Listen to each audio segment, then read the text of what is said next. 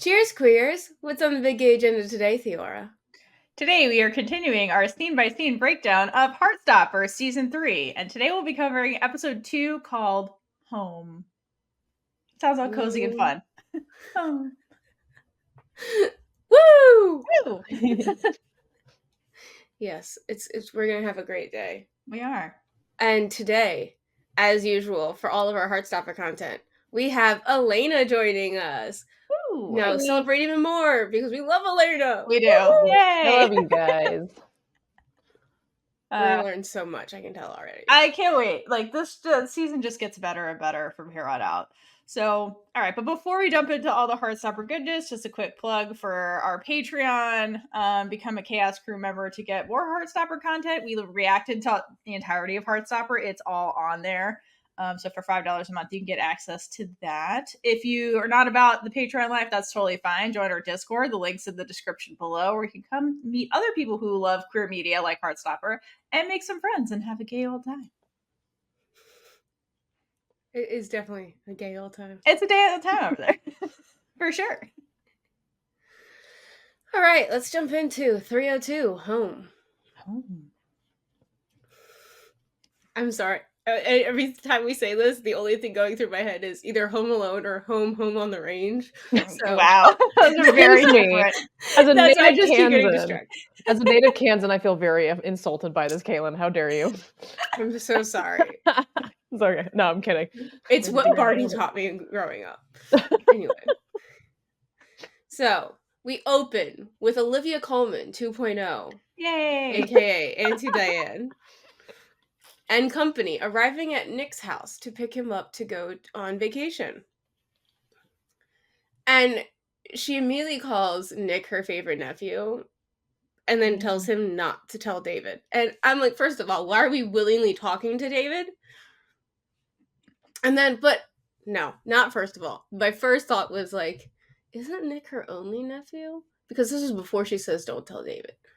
You forgot about David. Then, yeah, it just apparently I wanted to forget about him. I always forget about him until he shows up again. I'm like, oh yeah, you. Anyway. But also, like, is it a surprise that Nick's her favorite? No, there is no competition. None. Like, and also, I don't even think David talks to her, probably. Like, Nick's probably the only one who actually has a conversation with her, so I don't think there was any competition, because David's just about himself. Right. He's too cool. Okay, so then Olivia Colman 2.0 mentions that it's a shame that Olivia Colman, the OG, had to pull out. And I agree. We agree. We are all sad about it. Like, we don't even get a FaceTime from her, but there's so much technology going on in this world. I feel like we could have done something where she doesn't actually have to come to set.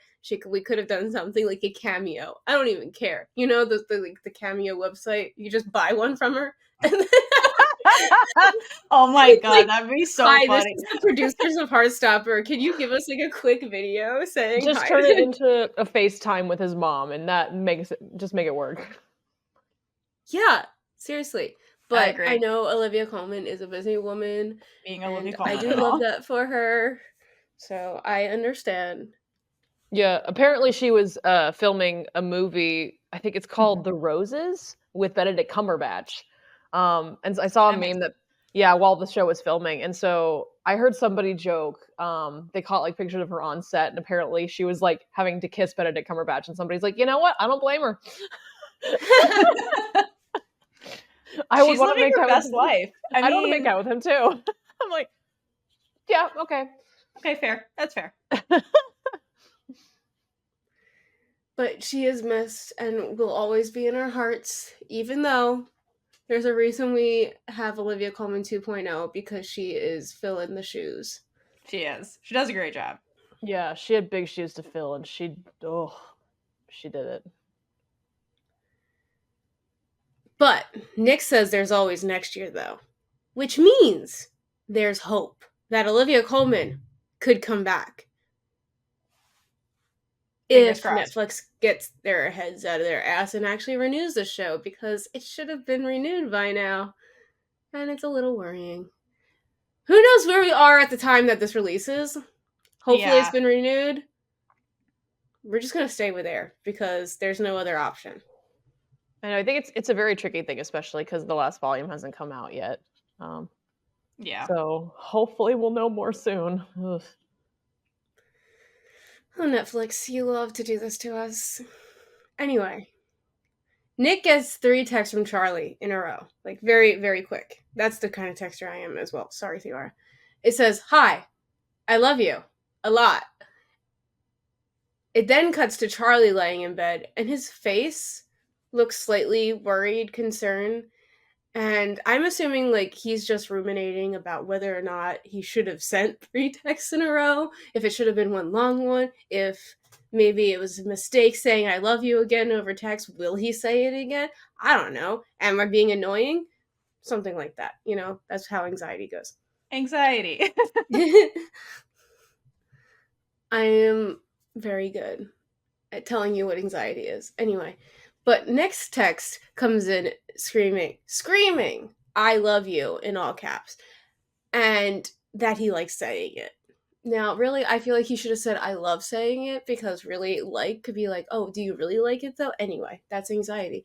Charlie immediately becomes happy by this text because why wouldn't he?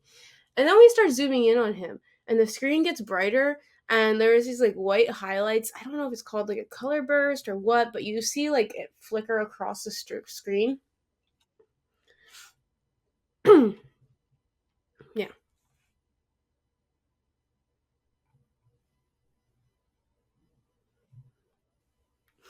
Okay.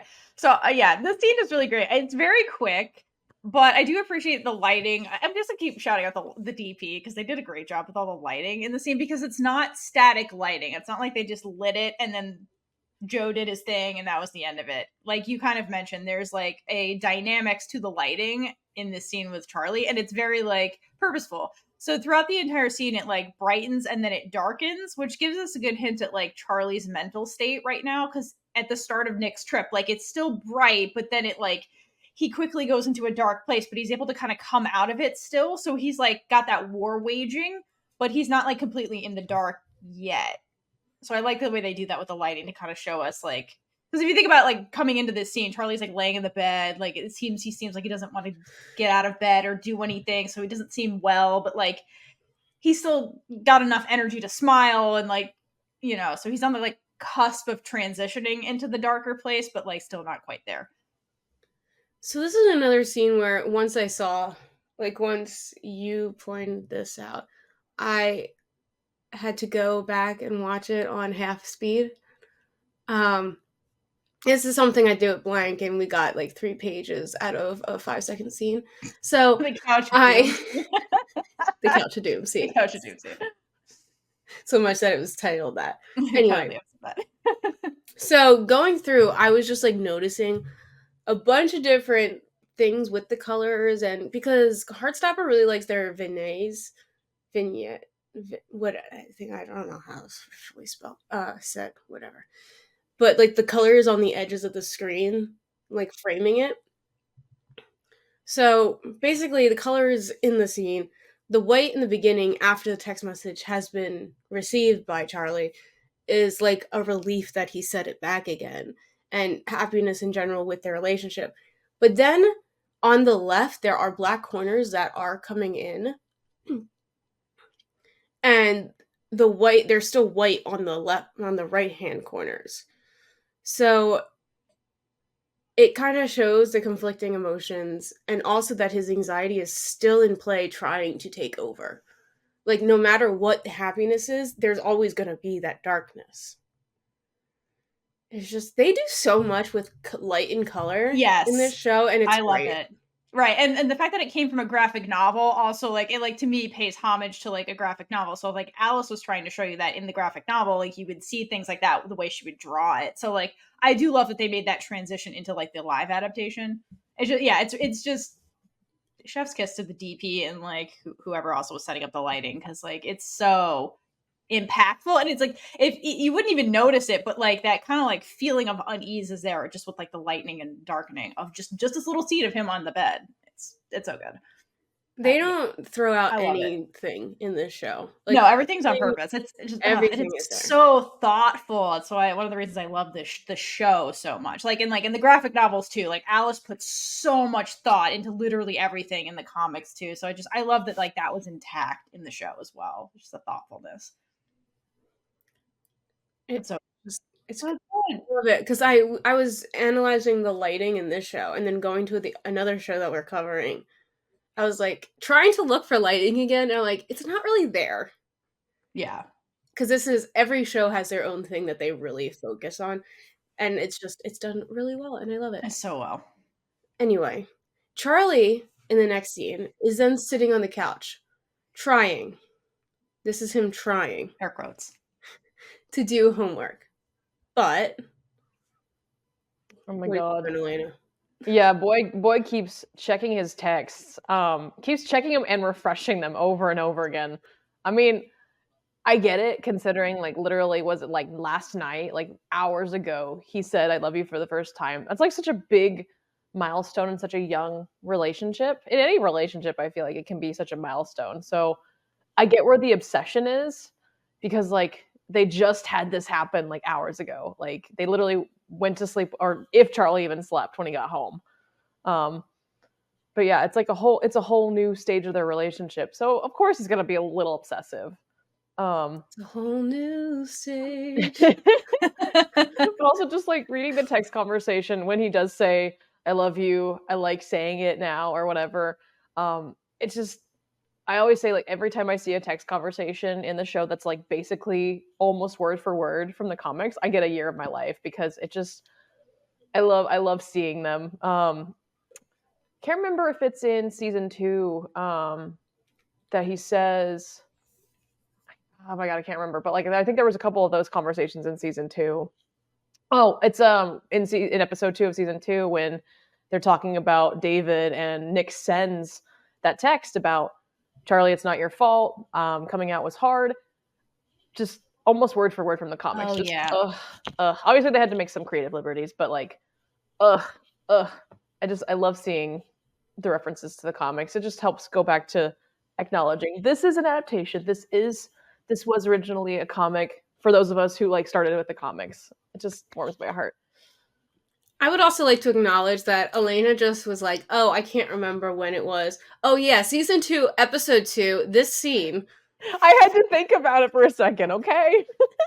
You nailed it. This is why you're our expert. Yes, you're our expert. I just wanted to point that out because you deserve all the acknowledgement for being the expert. It's called hyperfixation, but close enough. Yes.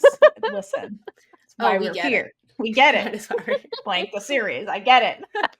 That was Theora's hyperfixation. I am. Yeah. I get hyperfixated on other things, but speaking of hyperfixations, yes. and literally everything you just said, Alayna. Yeah. So you're absolutely 100% correct. The I love you is just it's a huge milestone, like you said, and like Charlie's still again riding that high from that moment. But as we just saw when he got the original text from Nick, he's like still the anxiety is creeping in, like Kaitlynn said, it's waging the happiness war. But I love that like mentally you can see how much in the love bubble he still kind of is, but by the fact that like when he's trying to do his homework, he writes out I love you without realizing it. So I really love that because again, it's showing he's still got that happiness happening, but also, I imagine for Charlie, because when we first start season 3, remember we had the scene with him practicing in the mirror and Tori being like, just say it. What the hell? I imagine now that he's said, I love you, and like he's got the confirmation that it's reciprocated from Nick. I feel like this is just liberating that he can just finally say this out loud. He can finally send it as a text. Like, to me, I feel like for Charlie who has anxiety, it makes it like, quote, real. Now that it's like, reciprocated, confirmed, Nick is saying it back, and he's not like imagining this I love you thing, at least from Nick's point of view and from his point of view. Although he does aggressively imagine making out with Nick like 0.3 seconds after writing this, like, so like he is still like imagining things that aren't real, but I mean like I feel like the weight has been lifted with the I love you milestone, like you said. And he's just like, oh, I can just it's not anxious about it, you know, terrifying and doom anymore thinking about it. right, It's exactly. just I want to be with him right now. Why can't Right. I be clinging on to him? I'm surprised he didn't leave his side. Like, I'm surprised he wasn't there. I think his mom's the only reason. Right, He yeah, it's probably wasn't. his mom. But Why he didn't see Nick off, yeah. like, I was expecting he was with him every single second until he couldn't be anymore. But I love that he writes "I love you" in the homework. I just Yeah. started It's laughing so my cute. butt off when I It's saw cute. that. I'm like, of I was gonna course. And I say. hope he it with the "I love you" in there. Maybe he'll get bonus points. As Mr. Farouk, like, he has to grade this. I was It's saying, have like, you guys come ever on, done that? Have you guys ever done that where like you're writing something and you hear somebody say something and then you write what they said? Have you guys ever Yeah. done that? Because I've I've definitely done done that. that. I'm like, what the Like, hell? brain, why? Why did you do this? I've done that, and then as if I'm reading something while speaking, I will fully just start speaking what I'm reading by accident, and I'm like, that makes no sense. I think I've done that in the podcast before. Probably. Rain This sounds like override. it. It does We're sound just like, what? Don't worry Yeah, about it. Don't worry about it. It's just my that's brain. just my Just brain. Yeah. Okay, so then we get a quick look at Nick at the airport, and Charlie seems to be the only thing on his mind as well. However, Nick isn't quite as in the happy stage as Charlie, and not because like he's not actually in love with him, but because he's debating whether or not to send the text asking if Charlie ate today. Because while Charlie is just ecstatic about them saying I love you, Nick is just worried about Charlie. And he can't enjoy that they just said I love you and they're finally, I don't know, it was a big step in their relationship. And he can't fully be present in that. Because he does know that if he asks this over text right now, it could set Charlie back. Because this is Yeah. still new. He doesn't know exactly how Charlie's going to react. And he's not even going to be able to be there to make things go back, like, to be okay again. So he has no control over the situation. So if he were to send it, it could, like, he has no idea how he's going to find Charlie again. Yeah, like the thing is, like, okay, so like if we go back to the beach scene where it's like, I have something big to tell you, I have something big to tell you, it's like Charlie's big thing got resolved, right? It's the I love you thing. But like Nick's was never resolved because he brought up the eating disorder and Charlie like was like, no, you're crazy, Nick, whatever. So like Nick is left with this like nagging, like, he's not okay, now we're apart thing. So then it starts eating away at Nick. So it's kind of sucks from Nick's perspective because it didn't get resolved. And you're right, he could set Charlie off and like make it worse accidentally. So like it's a hard thing for him to grapple with, like alone, basically. No kidding. He's probably like got this push and pull of like, am I just like imagining this? Like Right. is this, yeah, he's like having his own doubts. Like, am I right? Oh God, did I just totally like make this worse by saying it? Like he's probably got a whole back and forth going on with his own brain. Poor Nick. Right. And that's where Charlie was with the I love you. So it's like they swapped positions after the first episode in a way of being that person who's like, is it just me? You know what I mean? Like that's what Charlie was going through. So yeah, Ugh. poor Nick. These poor guys. I know. Oh. I know the thing that I love, there's like a pattern that they have with the show is the deleting of the texts when they try to send one. Like in season 1, there was a lot of that, like with Nick and Charlie especially. Like you see it literally in like season or the end of the episode of episode 1, I think, in season 1. Charlie trying to delete the text over and over again, like how do I text him for the first time? And then after that, Nick trying to text him in episode 2 about like the whole encounter with Ben and everything. And I don't think, not that I remember at least, we didn't really see a lot of that in season 2. Didn't we get like there was at the end of Charlie texting out I love you and then right. So yeah, did he delete the text that I love you? I don't think we saw him delete it. I think it was like he thought about it and then it went to black. it just ended. But like I assume he deleted it because he didn't send it. Yeah, we see it in the comics, but it was in a different scene. Right. That was actually way back, which is so interesting. But yeah, no, I think there was only one moment in season 2 when he did like a delete, but it was when he, in episode 2, he's like saying, hey, my parents said I can't hang out with you until I'm done with schoolwork. And he's about to say, I'm sorry. Oh, But yeah, he yeah. deletes the sorry and he says, "I'm so angry." That's And right, I'm that's like, Oh, right. yeah.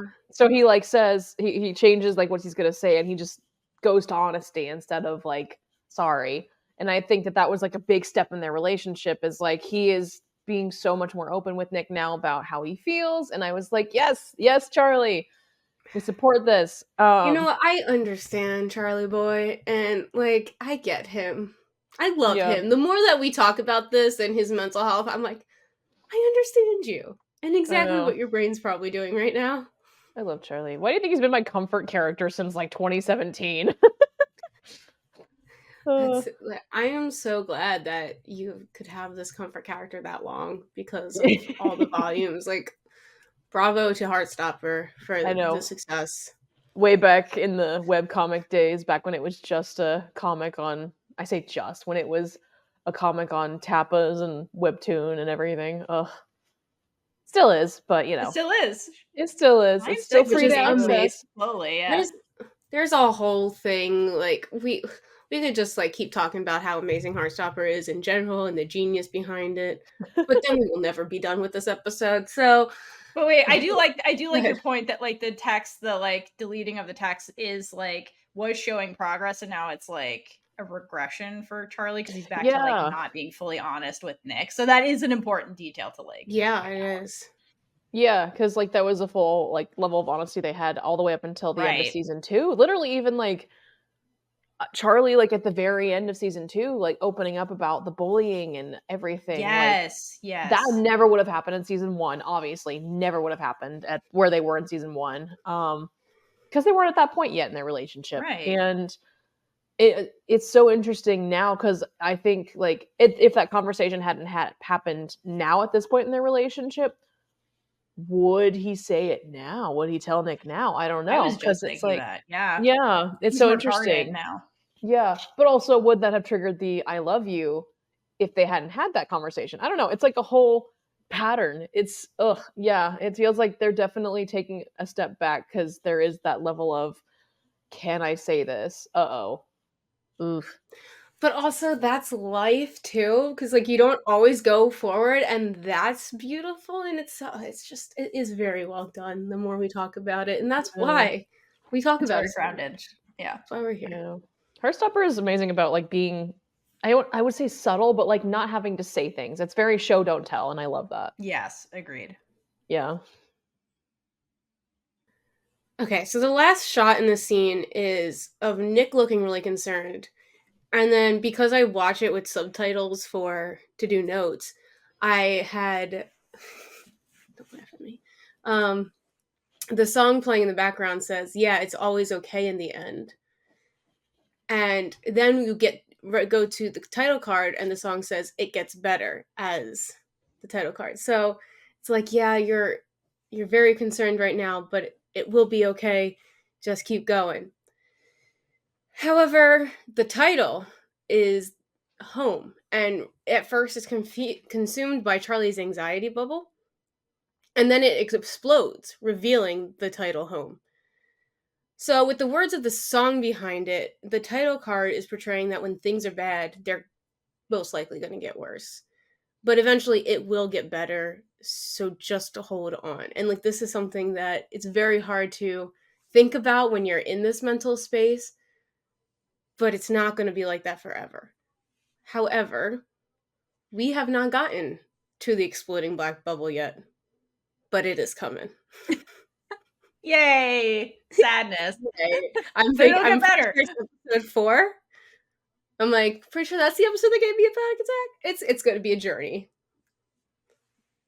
But before we continue on with this journey, unless you have something to say about this title card, No.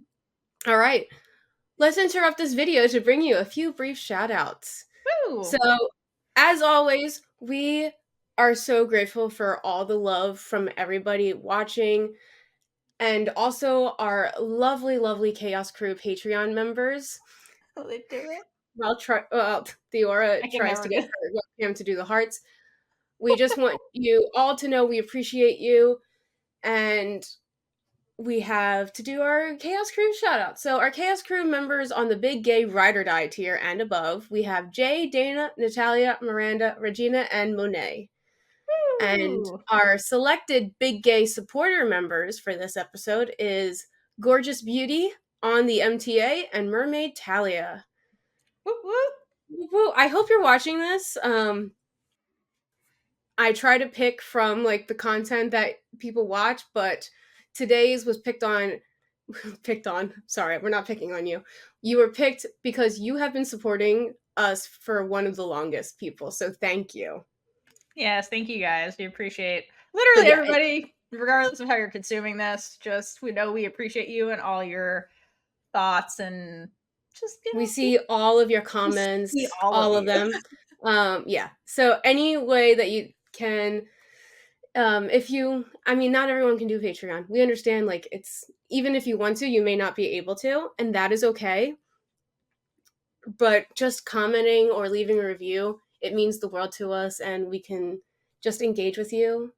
And just also, again, just another plug to come to our Discord and talk to us about Heartstopper or any other queer media, or just, life, because we're here for you too. Yeah. So it's a great time, and we love you. If Thank we you didn't guys. say that enough. We don't say it enough. We could never say it enough. No. I love you. We love you. Thanks. Back to your original. Oh, wait, hold on. Before.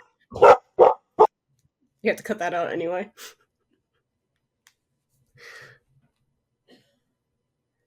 Do I pause? Oh, Julie's home. Julie's home. Hi, Julie. She can't hear, but I should probably pause it. I don't know. Should I pause it? Should I just do whatever the hell I want? I'm gonna pause. Okay, so which part are we at? We're at the year part. Number 6. Okay, We're okay, going just right making back sure. in. Yeah. Okay, so this next part, Charlie is still doing his schoolwork in the living room, and now Charlie's mom, Jane, comes in and asks him to tidy up because the room's a mess. And I mean, she's not wrong. It is an absolute mess, but like, he is kind of in the middle of doing schoolwork, Right. which I feel like is kind of important because that's kind of what you were writing his ass about last season. So like, Yeah, also just if it doesn't get done in this second, it's okay. Just be like, reminder, like get it done today. I don't yeah. understand like why parents are like, it has to be done right now. Okay, so part of me does. We know Jane has some stuff going on because we've Yeah. seen her in the comics. I don't know if we've gotten into it too much in the show at this point. Not at this point. Not Later. this point, no. But she's probably had to grow up doing things right now. And if it's not, she's probably thinking about this mess so much at this point that she needs it out of her mind so she can relax about that. So I understand why she's trying to get it done now, but in the grand scheme of things, it really does not make sense to be like, it needs to be done right now. Well, I wonder if like she's mentioned this to Charlie before. Like, this could have been going on for days. Like, because sometimes, I have a brother, and my mother would be like, "Clean your room on Monday, and then Tuesday, clean your room, and then on Wednesday, clean your room." And by Friday, she wants to strangle him. So, like, it could be a similar scenario. That is fair. She keeps telling Charlie, and now she's like, "Oh my God, Charlie, can you just do it? Like, I've been telling you this for a week." Like, we don't know the context of this, but like, so who knows? Yeah, that is a fair thing to bring up. We're only seeing this one moment. Right. So like she just seems triggered is like my read on her in some capacity, whether this is happening now or it's been going on. She seems triggered, and then like she triggers Charlie, and they end up in this cycle where they're triggering each other, and like nothing productive happens with their conversations. Yeah, it's like what they're trapped in. Yeah. Yeah, so after I think she's also kind of in the middle of doing, it looks like she has like what, a laundry basket? Yeah, I think her? she's doing stuff too. So yeah. It looks like she's kind of like in the middle of doing a lot of housework. So that's probably just like what she's doing, and she's like running around trying to get stuff done. She's probably sick of doing it too.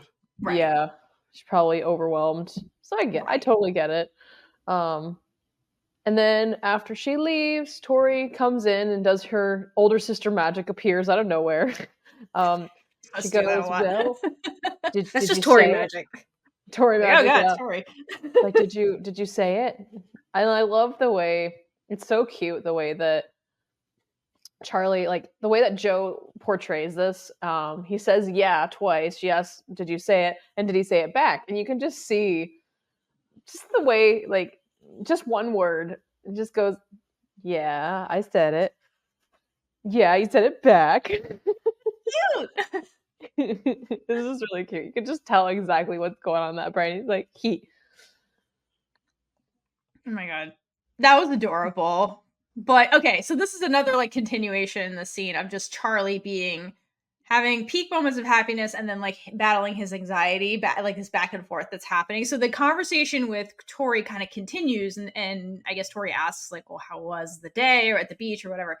And this is another shout out to the DP again because the lighting is just so on point. So in the conversation with Tori, Charlie mentions the day was quote fun because she asked like how's it, because like remember Charlie has anxiety from when he wanted to go tell Nick he loved him, and then Nick was like, I think you have an eating disorder. So like, which like happy and sad being weighed out in just one moment for Charlie. So he thinks back to that when he delivers the line fun, and the way Joe does it, it's very flat, like it's not enthusiastic, it's not like upbeat like the word fun would be, because he's still ruminating on that eating disorder conversation with Nick. And when the flashback ends, Charlie looks at Tori. Okay, and so where he's positioned on the couch, like there's a window behind him, so there's kind of sun coming in kind of through the window. So when he faces Tori, like, and he says fun, like he's bathed in light, like his face, but then when he turns away from her, he's in the shadow. So that's another way for them to show like his dark thoughts. Like when Joe turns away from the light, it's like Charlie's having the dark thoughts. So it's the same thing with the animation where like, and I just love the way they play with the light to like, again, keep showing you he's really waging between these like the anxiety, the dark thoughts, and then like the happy moments that were real, that did happen. Like the I love you was real, that happened, that was a happy moment in reality, but in his head it's like this darkness, this shadow that's like kind of taking over the happiness that's actually in his life, which like it's kind of how like, you know, when you get your head too much with like mental stuff, like that totally can overshadow like reality, like that's happening around you too. So I like the way they That use was the light to show a you that. great catch. I love that you saw that. And correct me if I'm wrong, but it seems like Nick's house is more lit up evenly, whereas Charlie's has more like shadows and darkness and I corners. think And you're right, actually, now that you're mentioning that. Because like there is darkness in the spring house. Like, you know, there yeah, definitely and is like like it's just Tori's going through her own stuff, mom's going through her own stuff. Like the I dad's think just trying to he's just hang in chilling. there. I The don't think dad's he has like, bad stuff. I've got a family of mental health issues. I came in with like a healthy family, and Right. I'm And then we doing my removed best. Oliver from the equation, who had no bad things going on. He was another bright spot running around. So like, yeah, you're right that there's shadows in the spring house. That's a really good way of putting that. Yeah. Okay, and then so this conversation kind of continues, and Charlie tries to tell Tori what happened at the beach, and he struggles to say it because he's still in that phase where he hasn't quite accepted his reality yet, which is his like mental health struggle that he's having. He's kind of like waging the war without acknowledging the war that's happening. And this is interrupted by Nick calling. Okay, so Tori's in the middle of trying to get him to open up to her. That's basically what's happening, because I think she knows Charlie extremely well, probably better than Nick. Because, you know, sister. They've been around each other their entire lives. And so she can tell something's off with him, and she's trying to get him to open up, but then Nick calls. And then Charlie immediately ditches the conversation with his sister to talk to Nick. And you watch Tori watch this happen in real time, and it hurts to watch this happen because, like, another thing that keeps happening is Tori tries to be supportive of Charlie, but she gets ignored. And in the background, like if you read Solitaire, you would know that like Tori at this point is also struggling with her own mental health stuff, but she does her best to be supportive of Charlie despite going through her own thing. And Charlie often like sidelines Tori to choose Nick over her, and like I feel bad for her because like her whole family kind of overlooks her a little bit. Like nobody in the family notices she has her own mental health going on. She kind of gets ignored. And then when Charlie stuff starts happening, like the family hyper focuses on Charlie and ignores Tori again. So I feel bad like watching Tori like accept that she's getting ignored again, like in real time. Tori deserves better, and I really, really need Tori to get a spin-off show. I would love Just that. so we can really dig into Tori and give her the moment that she deserves Ugh, I love Tori. Even though like her family and it's not revolved around her, but she deserves to have her story told, especially since there is a whole book about her. She started the whole thing. It's because of her. Yeah, like it really. Started with Tori. I think at least give her a movie because we need something. Yeah, because that girl deserves it, and I'm not even talking about the actress does a phenomenal job. I just mean like the character deserves it because she's been through some shit. She's going through shit, and we don't fully see it resolved. So no, we need more from that character. Yeah, agreed. Oh man, I want a Solitaire part 2. I also need to figure. Okay, spoiler for Solitaire, real quick. I just want to know what's going to happen with the schools. Like, I'm really concerned. Oh yeah, because it was on fire and shit. Yeah, yeah. Because yeah. like, I also going to really school. that. I need to know what's going to happen. What happened to Hicks? Alice, please come talk to us because I need to know. If my brain is not happy. That's what I remember from this book. Is the school thing. I remember when we did the Solitaire episode for book club. You were like so like adamant about that. Yeah. Like, what happened? I'm very concerned about the school. And I'm like the implications of it. Like there's so much going on. Anyway, that's not why we're here today. But like I need to know. But also, quick plug: if you want to know more about Solitaire, we did a whole book club on Solitaire, so you can learn more about it. So and Alayna was there, so it was Alayna great. was Kaitlynn was talking about the school at the end. So. Yeah. So on the note of Tori and the fact that she also deserves better and gets overlooked, honestly, I'm very curious like where the scene would have gone had Nick not called. Like, would Charlie have actually told her everything? And a part of me wants to think that he would have. It might just have been really slow, but honestly, given the sequence of things, his mom inevitably would have come in and interrupted also, which I'm almost like, would that have been even worse? Yeah, that's a really good point. Because imagine if Charlie's in that vulnerable state and then mom comes in. Yeah. And says, you're not tidying. Yeah, I wonder if Tori would have taken him to a different room or if they would have tried to have this conversation here. Because really they use Charlie's room as their safe space to talk. Yeah. They That's true. Lay on his bed and that's how they talk. So it's like it's always her trying to pull information out of him. So she's like he's most comfortable in his bed under the music sign because that's what makes him happy. That and if in his room that music sign is the soft yellow. So that is his light in his life when no one else is around. So I think that's where she tries to talk to him more. I think he would have talked to her because it seems like they do have that type of open relationship. Yeah. And I think he processes a lot through her. Which sucks for Tori, but also good because she gets to know her brother. But it's still Tori really taking on the burden too. That's the big sister role, I think, and I think she owns that role, and that's been their dynamic, and I think she's okay with that, to be honest. But like when he closes off and then chooses to open up to Nick, I feel like that hurts her because she was the confidant for a long time, you know, and she can tell he's not okay. So it's like she's being left in the dark a little bit, like by him turning away from her into like talk to Nick, basically. I know I want to hug everybody, but I really, really, really want to give Tori a hug. Yeah, she would hate that, but yeah. She would hate it. She would. I just thought about that. No, never mind. I would give her, I would just sit there. Just get Diet Lemonade. She'd appreciate that. Yeah, I'll give her a whole gallon of Diet Lemonade. Yeah. She would I know I would want to hug, but she doesn't want to hug. She doesn't want to hug. I have to respect that. I would want to wrap them both in blankets in Charlie's room and just like turn on whatever Charlie's favorite movie is, or Moonlight, I think. Moonlight, and watch the movie with some like cozy tea or something. Be like, you guys do you. Okay, I'll leave you guys. Bye. Turn like dim the lights, make it all my cozy. Kids to bed. Yeah, basically. I want to put my kids to bed. Sweet dreams. Sweet dreams.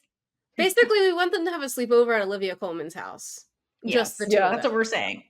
That's the safest space in the show. Not Sarah Nelson, Olivia Colman specifically. Yeah, literally, no, just Olivia Colman. And she'd be like, what are you guys doing here? Whatever. I got movies to film, but you could have my house, I guess. Oh, yeah, and if this, for some reason, is your first, like, interaction with us, like, this season, of Oh, yeah. Heartstopper and you haven't seen her past content, we call Sarah Nelson. I don't actually ever remember her name. We call her Olivia Colman Yeah, we just because call she's it Olivia Colman.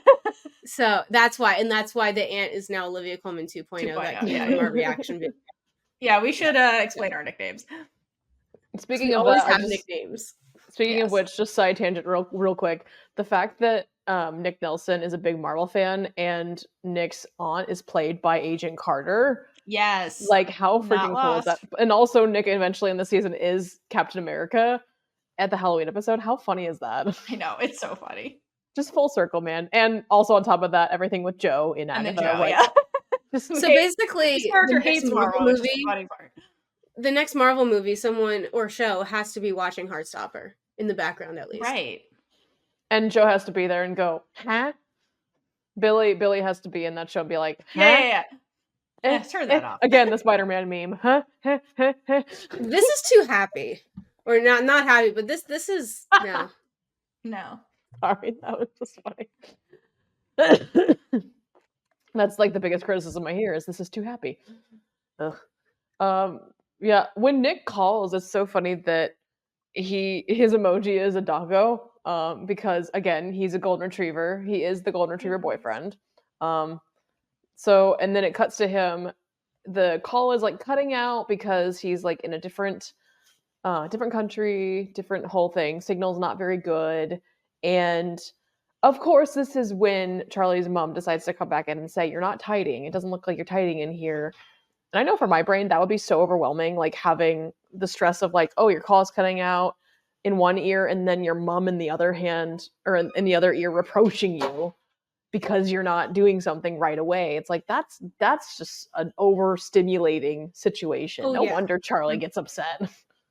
No, Ugh. he's definitely very overstimulated at home because of like the constant nagging and again, it's the two of them are very similar and that they don't realize it either. Yeah. So that's why they're triggering each other. Yeah. Yeah, and then when the call drops, Charlie's just like, great, which yeah, I feel that. And of course, that's when Jane decides this is the perfect time to confront Charlie about his relationship because why not? And of course, her first thing is she says, "You're too young to be having sex," which the fact that that's what she jumps to is kind of seriously. crazy. And he says, "We're not." And her immediate response is, "I'm not stupid." Or, "Charlie, I'm not stupid." It's like, he never said you were. Okay. So Yeah. it's very intense. And so it's like, you have to wonder, like, if she's like, the stress is all coming from outside and she's just bringing it in. But it's like, take it easy. It's okay. Yeah, she definitely comes off as triggered and like she's projecting something onto Charlie a little bit. You know what I mean? But because of like this conversation, I wish we did have Olivia Colman because having that scene in the car with her and Nick would have been Oh my God. such a great contrast with Charlie's mom assuming like, oh, you have to be having sex. Meanwhile, Olivia Colman like literally asked Nick like what's going on and it's just the contrast of those two families and those two mother-son relationships is I love seeing it. It's very cool to see on screen as well, and that's why like it's really sad we don't get Olivia Colman. Really understand, but it would have been amazing. But I'm glad you brought that up because Charlie notices that discrepancy between these relationships and does bring it up later in the episode with Nick, where he's like, "Your mom, you're assuming you're operating under the fact that like my mom acts like your mom and she doesn't. We can't talk to each other." And like you can see, they are not communicating. Actually, they're saying things at each other, but they're both, I think, triggered by their own shit, and they can't see where the other person's coming from because they're like overwhelmed, overstimulated. I think both of them are, and then they can't talk. So then like in order to get mom and son to talk, they need a third person, and that becomes Tori involuntarily. She becomes like the liaison between the two of them to get them to communicate because they're not communicating with each other. They're just like going off on each other in a little bit because they're, you know, being triggered, both of them. Do you think that Charlie meets Olivia Colman 2.0 later and is like, damn it, Nick, you get two Olivia Colmans and all I get is Jane? I know, right? He gets two. I want to know what the interactions on set were like for Joe getting to hang out with Haley Atwell, who plays Nick's aunt. I know. Getting to be like, because this is after he filmed Agatha all along. I would have loved to Yeah. have seen their interactions, like when the cameras weren't on, like talking about Marvel. Especially because Did he break his wasn't she just NDA? in? Oh my god, right? Because wasn't she just in? I haven't seen it yet, but wasn't she just in Multiverse of Madness or something? I don't I feel like actually remember. I her don't remember. character. I feel like she's been in something recently, like Marvel, Might be as right. as Peggy Carter. I don't remember. I don't remember. I'll have to go watch it, I guess. Yeah, That I is haven't true. seen. But yeah, I Multiverse would of love to. Madness. I would love to have heard like what those on-set conversations were like. Them nerding out about Marvel together would have been so cute. Doing cute.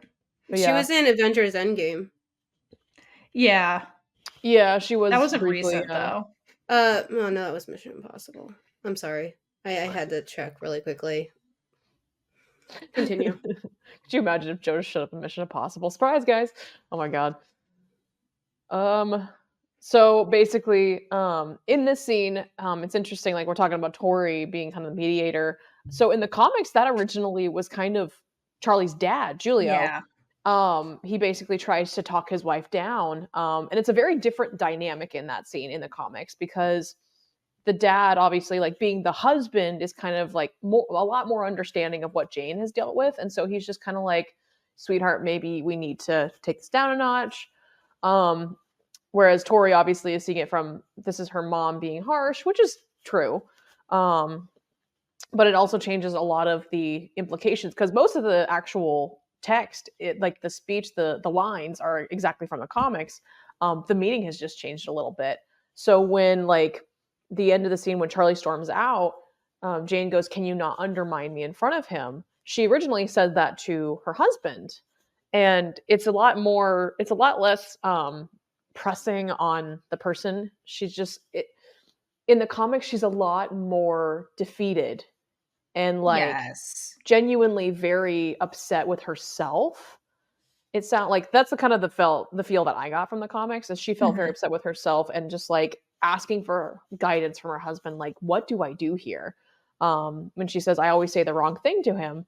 And with Tori, her saying you were being too harsh, and then her saying I always say the wrong thing to him, it really changes the whole meaning.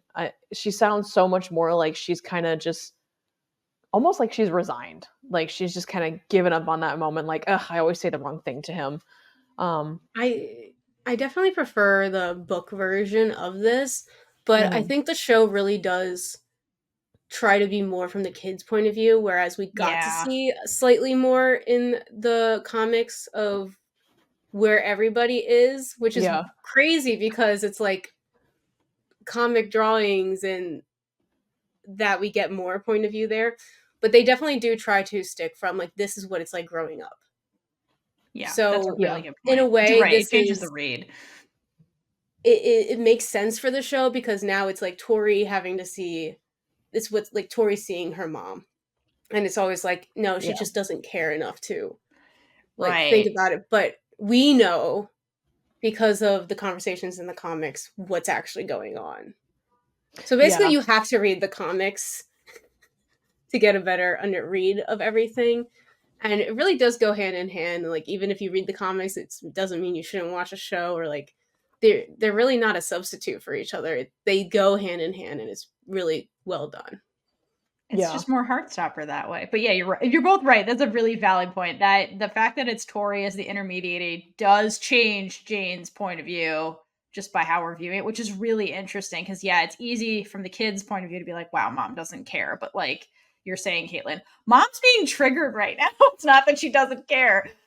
She's got her own stuff. Like, and it makes it, I like the comic book read because it shows that like parents are people too. People like, and like we're sitting here watching Charlie mentally spiral, and like we empathize with Charlie because we love Charlie. We've been on the journey with Charlie since the very beginning, and we love Charlie. But then mom comes in periodically and be like, ugh, mom, God, why do you have to ruin everything?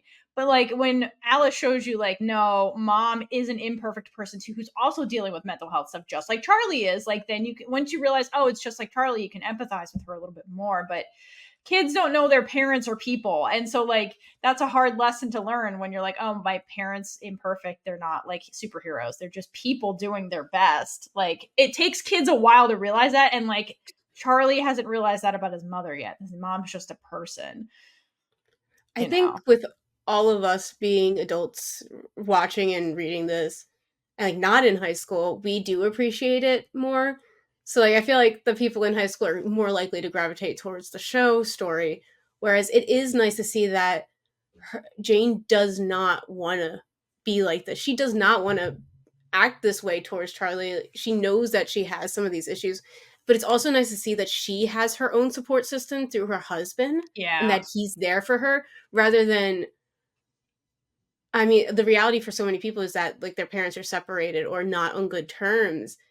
And that's what we see a lot in life and shows as well. So it's just seeing that support system and having the parents talk to each other, the dad knowing exactly when she gets triggered and how to help her through it. It was just so beautiful and healthy that I really wish we did get that point of view in this season.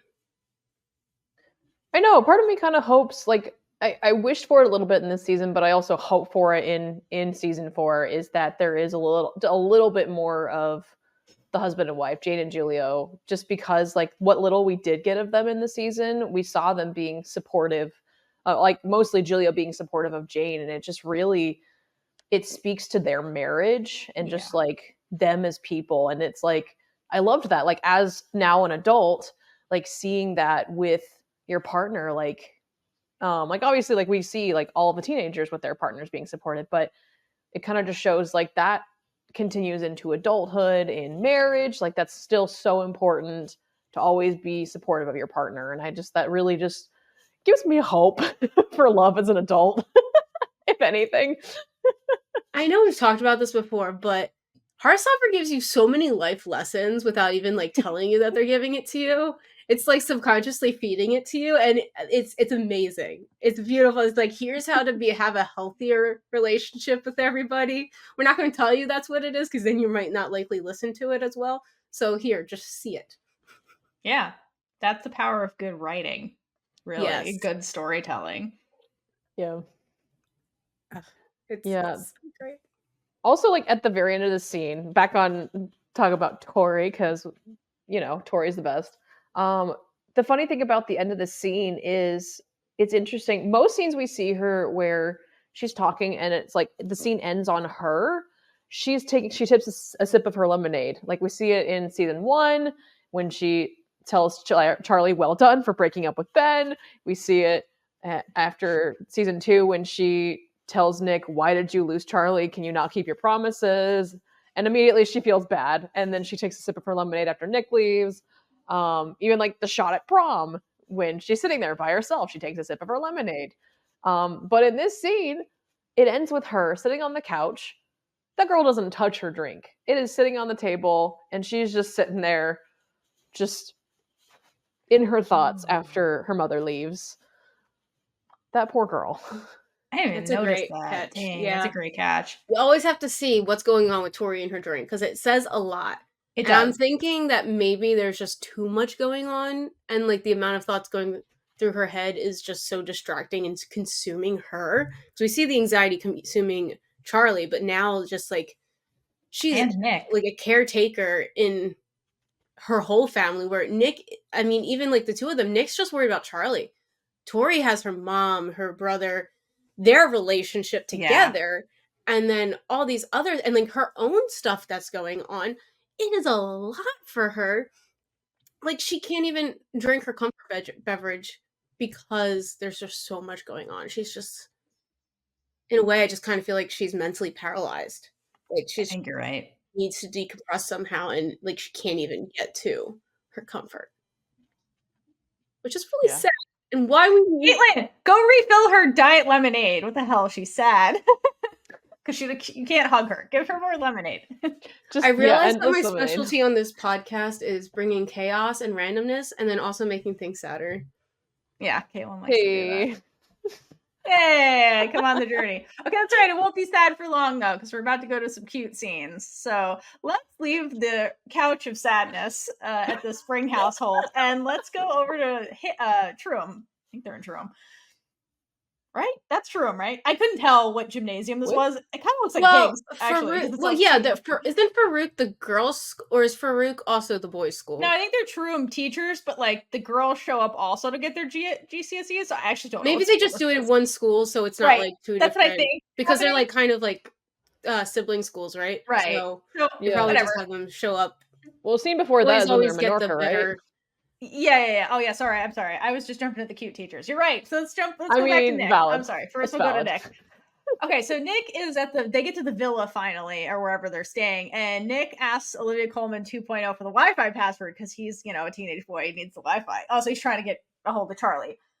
And then in the process of doing this, he comes out to her, which is really cute. And it's sweet that like before he does it, he does like hesitate for a second because like again, it's like the coming out thing is it's safe to tell this person, but it only takes him about a second before he does it because like his family is really loving and accepting, and like of course like Olivia Colman 2.0 immediately is like, wow, okay, we have a lot to catch up on. You have to tell me literally everything, and like she's immediately supportive, which like good for Nick. More people. Nick, Unconditional love is genetic in his family. I minus his brother. His brother skipped that gene. and dad technically, And like dad. Oh I yeah. mean It is the dad.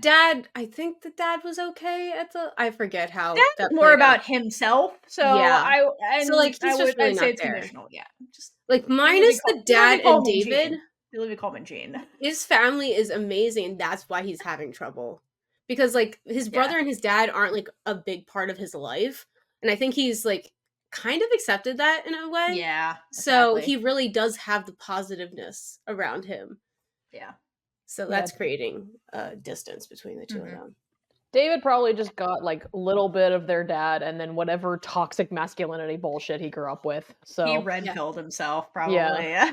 honestly, I don't know. Do we ever know? Did David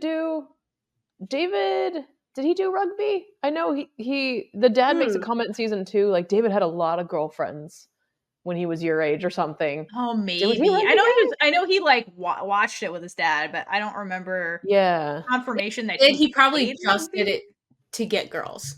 Yeah, I right. don't I think can he see him was doing that. into it. I'll say he seems like he at least did sports of some kind, Right. like typical. Manly shit or whatever. Yeah, I'm a Tiffany's jock, so I must dad. be macho. Yeah. Well, You know I what can I also would've see loved? David doing that just so he'd have something to talk to his dad about. Ah. Oh yeah, To be like, because oh, he's dad, I very much scored a wanting his point or dad. whatever. Yeah, you know what I mean? He's trying to live up to his dad and get his dad to notice him. I He's think trying to that's win his dad's main approval. issue. Yeah. Which Yeah, is so 'cause he's obvious like, throughout even just like episode 5 of the season, Oh my like just God. constantly looking for his dad. Oh no, guys, are we humanizing David?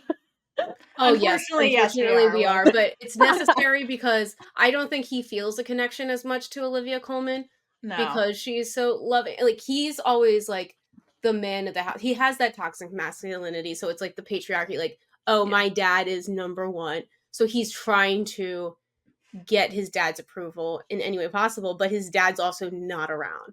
So now he's kind of been abandoned in a way, and he's just doing everything in his power. And unfortunately, his dad's all about himself. So now David's just trying to cater to him, and in the same way, he's just being toxic to everyone else. Right. He's He turning has a into his one-track dad. mind. Yeah. Yeah. I don't remember if we ever learn, either in the comics or the show, when Nick's parents separated. Yeah. I Because don't it's think like, so. it seems like it's a lot more obvious that maybe it was a little bit later in David's life. Because David, it seems like Nick really grew up on the love of their mom. Yeah. That's very obvious. But like David, it's kind of like, was he there when like their relationship, like the fighting. marriage was falling apart? Yeah. Or I don't really know. Like, were they ever? I I'm don't know. Were they thinking actually David was in like late middle school, maybe early high school. Yeah. something like that? That sounds Yeah. about right. He was a teenager. That's what I was thinking. That would make Yeah. sense to your 'Cause it point. He was seems more like- impacted by that. Yeah, it seems more like Nick really knows a lot more of the unconditional love of his mom, not so much the crap of his dad. It's also very Whereas- possible that yeah. like through that young David associated dad leaving with its mom's fault. And that's why Ah. him and Olivia Colman, like, that's why she's always like, "Oh my god, David." Like, she doesn't have a real relationship with him. He probably blames her for dad That's leaving. very fair as well, Mm. especially if it's later in life, because then it's Right. when it happens when you're younger. Okay, so my parents are separated. I don't remember it. They've always been apart. Yeah. But for him, he's like seeing things, and because his dad's his hero, obviously it has to be mom. It's mom's So fault. that Right. And makes his dad is perfect the type sense. of person I feel like that would pull David aside and then talk shit about his mom. So, like, David was probably like Yes. in dad. Right. And Yeah, then he his overcompensates to get dad back, and he's never not enough to get dad to come back. And so he blames his mom more for robbing him of his dad. I feel like that's where David's at. He's which just, is wrong for the dad to have talked about his oh yeah, mom like people that. do it though, because his Yeah, dad's no, I not know. emotionally intelligent. So like, Yeah, he's no, the raising dad his has some child. issues.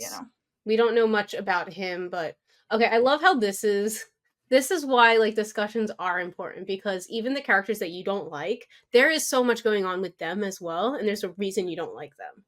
Right. Yeah. But it's like, why are they like this? Is always my root question. Why are they Why are doing they this? like this? Why are they like this? They're, the answer is usually trauma. We're like, Trauma. what's the Yeah. trauma? Let's get back to the It's trauma. always trauma. It's always That's trauma. my goal this year coming up is to really learn more about trauma and like the effects Yeah. because it's the root of a lot of It's the things. root And of everything. we think trauma has to be something huge, but trauma, it could be a small little Yeah. instance. It's the brain is a crazy thing that is a mystery, and it's very cool to learn about. Mm-hmm. I don't know where we were, but that was a huge tangent. It's not even in this episode. It's yeah. So yeah, so back with Auntie Diane, Olivia Colman 2.0. The fact that Nick basically just says I'm texting my or no, he asked for the Wi-Fi password first. Mhm. And the fact that she says, "Are you messaging friends?" instead of, "Oh, you talking to your girlfriend," which is a stark contrast to the how David was in season 2. David saw Charlie texting him and was like, "Charlie, your girlfriend?" And Diane just goes, "Oh, you're messaging friends?" Like that's her assumption is he wants to talk to somebody, but the immediate conclusion is not girlfriend. And so, but then also when he says, "I was trying to talk to my boyfriend," she goes, "Your boyfriend?" Okay. We have a lot to catch up on. Yeah. I Yeah. mean, anybody offers me a glass of red wine and some breadsticks. Like honestly, you don't even offer me wine, just breadsticks. I Right. will I was sold. breadsticks. I'm in. I will tell you all of my deepest darkest secrets. Any type of food, I will just willingly tell you I mean, you can give me anything and I'll do that, but like if you give me food, be great. I You're my will best. be your biggest fan ever. But that is such a really good point. She doesn't like do the compet assuming language, which is really sweet. Oh, like he's a like, young teenage boy. Like he has friends, Yeah, Anyway. but also like the relationship in general, because again, like we are seeing more of like the different types of relationships, and Yeah. not everyone wants to be in a relationship. And I think it helps that she is a psychologist, correct?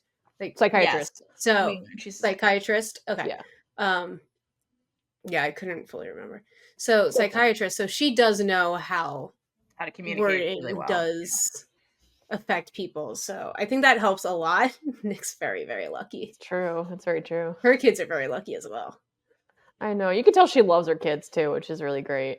Oh my god, that whole family. I'm like, can I go on vacation with you? Right? Oh my god, that'd be amazing. All right. Well, unfortunately, we don't get to go on vacation with them. We're going back to school. So Ew. back to school means it's GCSE results time. Woo! So in the process, we catch up with our favorite teachers who are now low-key dating, but really bad at hiding it. And I love that for them. It's Nick and Charlie It's so season bad. 1. They're literally Nick and Charlie season 1. It's very adorable, especially from Farouk's point of view, because he was closeted when he was younger, so now he gets to do all the sneak a kiss during school kind of like boyish things that he was deprived of. So like I think this is a very cute little relationship. The fact that it's in school must be like healing of his inner closeted child, which I do love. His growth that we've seen from him, from being like so quiet and standoffish, Yes, I to love Farouk's his like character. love blossoming with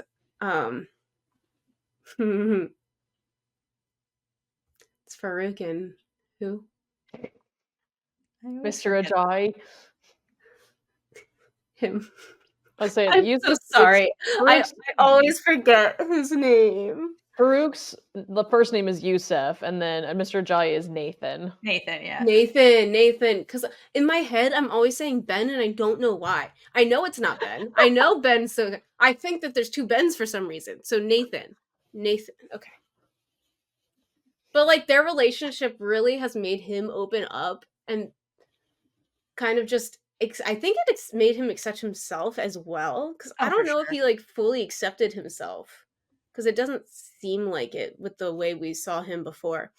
So it's just seeing him just actually enjoy life right now. It's so cute. It's very cute. And I do love when we catch up with them, they're entering the room and we get a cute little, the door gets stuck and then they meet and they look and they're like, oh, we get like a hi from them, because usually it's just Nick and Charlie. Because again, they're kind of like older version in life, Nick and Charlie kind of love story. So it's very cute that we get the little like hi, because it's just like them. They're literally just Nick and Charlie in the alternate universe didn't meet till they were in their 20s. Yes, fanfiction. Exactly. Yeah. Also, what is the deal with the show and having broken doors? Like, I don't know if it was intentional in this scene, but I don't know if you guys ever noticed in season 2, the hotel room door was so broken. Sometimes it wouldn't close.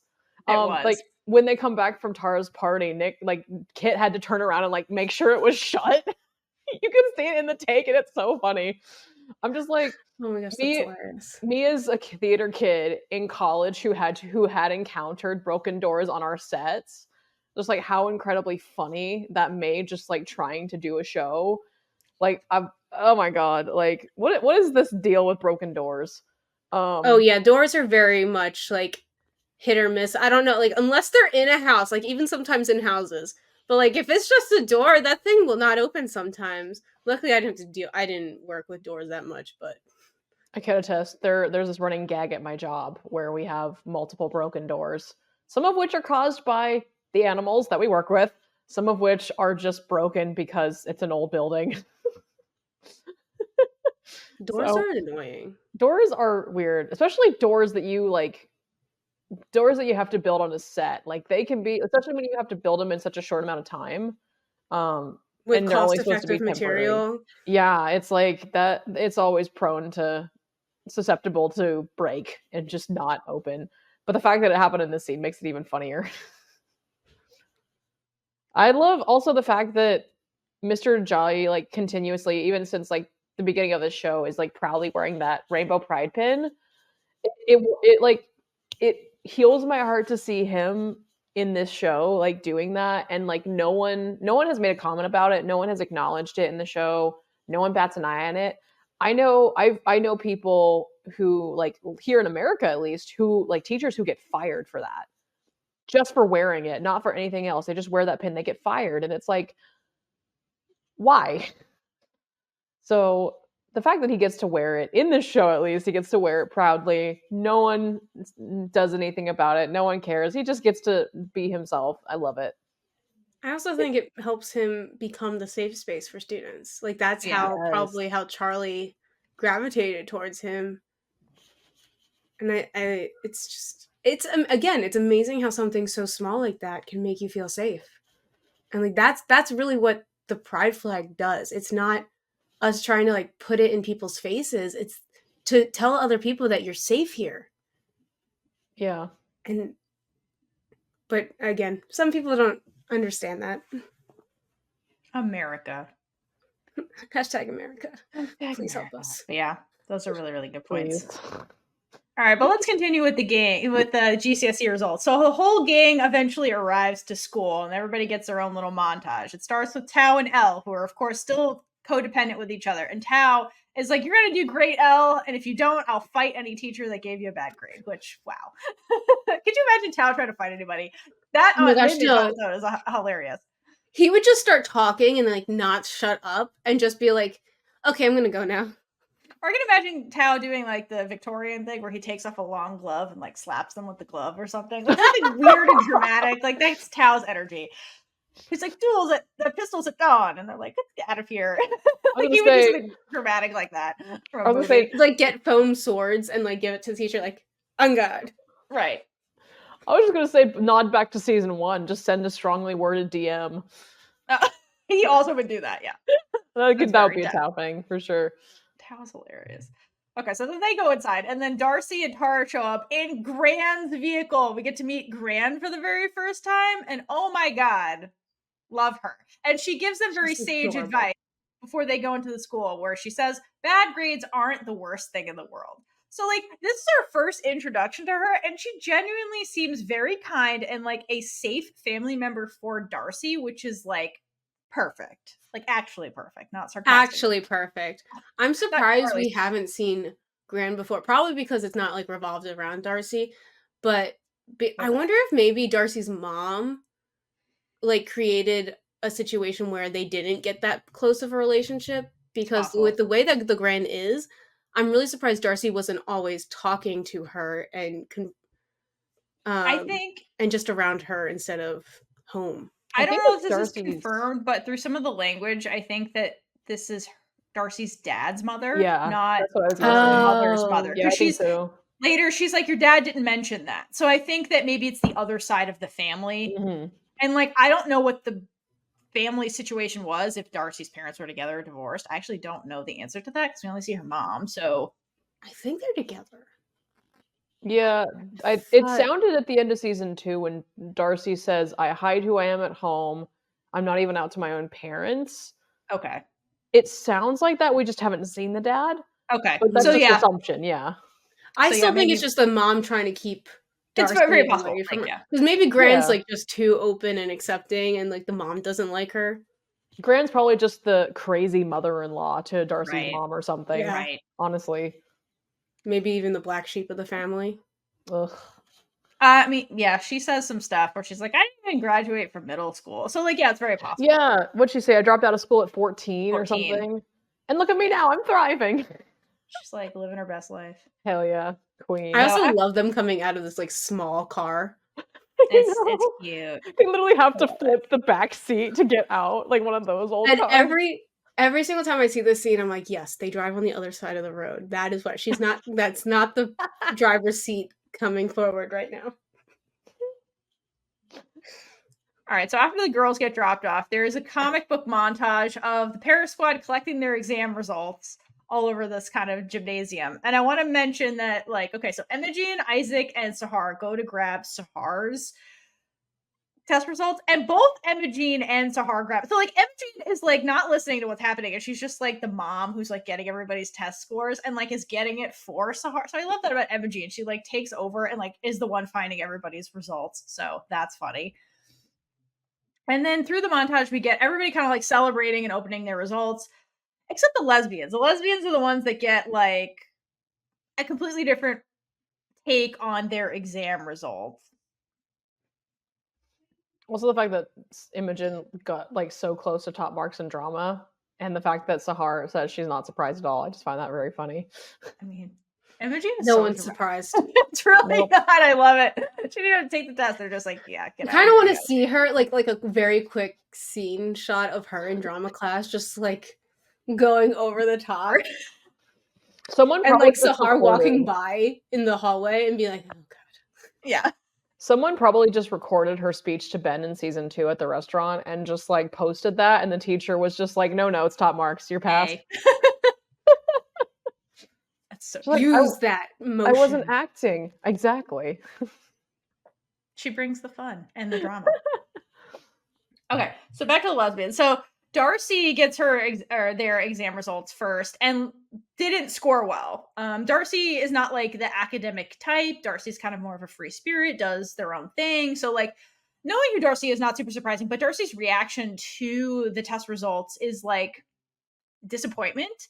And then Darcy just crumples up the results. So just like fuck school. And like again, what was Gran's advice? Bad grades aren't everything. So I think that's a foreshadowing to Darcy that like her grandmother or like their grandmother, like school's not everything. Look, you can be successful and pave your own way outside of school. Like that is possible. It's not the end of the world, right? So I think that like Darcy is more likely to fall follow a similar path to the Gran, right? Eventually, but like here, getting the results, the feelings are real, the disappointment is real for Darcy. Then let's cut over to Tara, because Tara, despite doing extremely well, because Tara is like the academic marvel of the group, like she's incredibly smart, works really hard. When she got perfect scores, but look at her reaction. Her reaction, she almost looks defeated too. Like almost like doing well causes her more stress, because like what happens immediately? Like Nathan comes over, is like, hey, you should be like this thing or whatever. He like immediately tries to pile more work on her, and she's like, oh my god, like she's already like carrying all that baggage, and like these top scores mean just like her academic career is going to intensify even more, and she's in the midst of figuring out, do I want that? So like I think this is stressing her out for a different reason than Darcy stressed out by the exam results. And it's interesting because it's like opposite results, but they're having the same reaction, which is really interesting. Yeah, there's literally a shot when you see Tara's results, they're all 9s, which is like the highest score apparently in GCSEs you can get.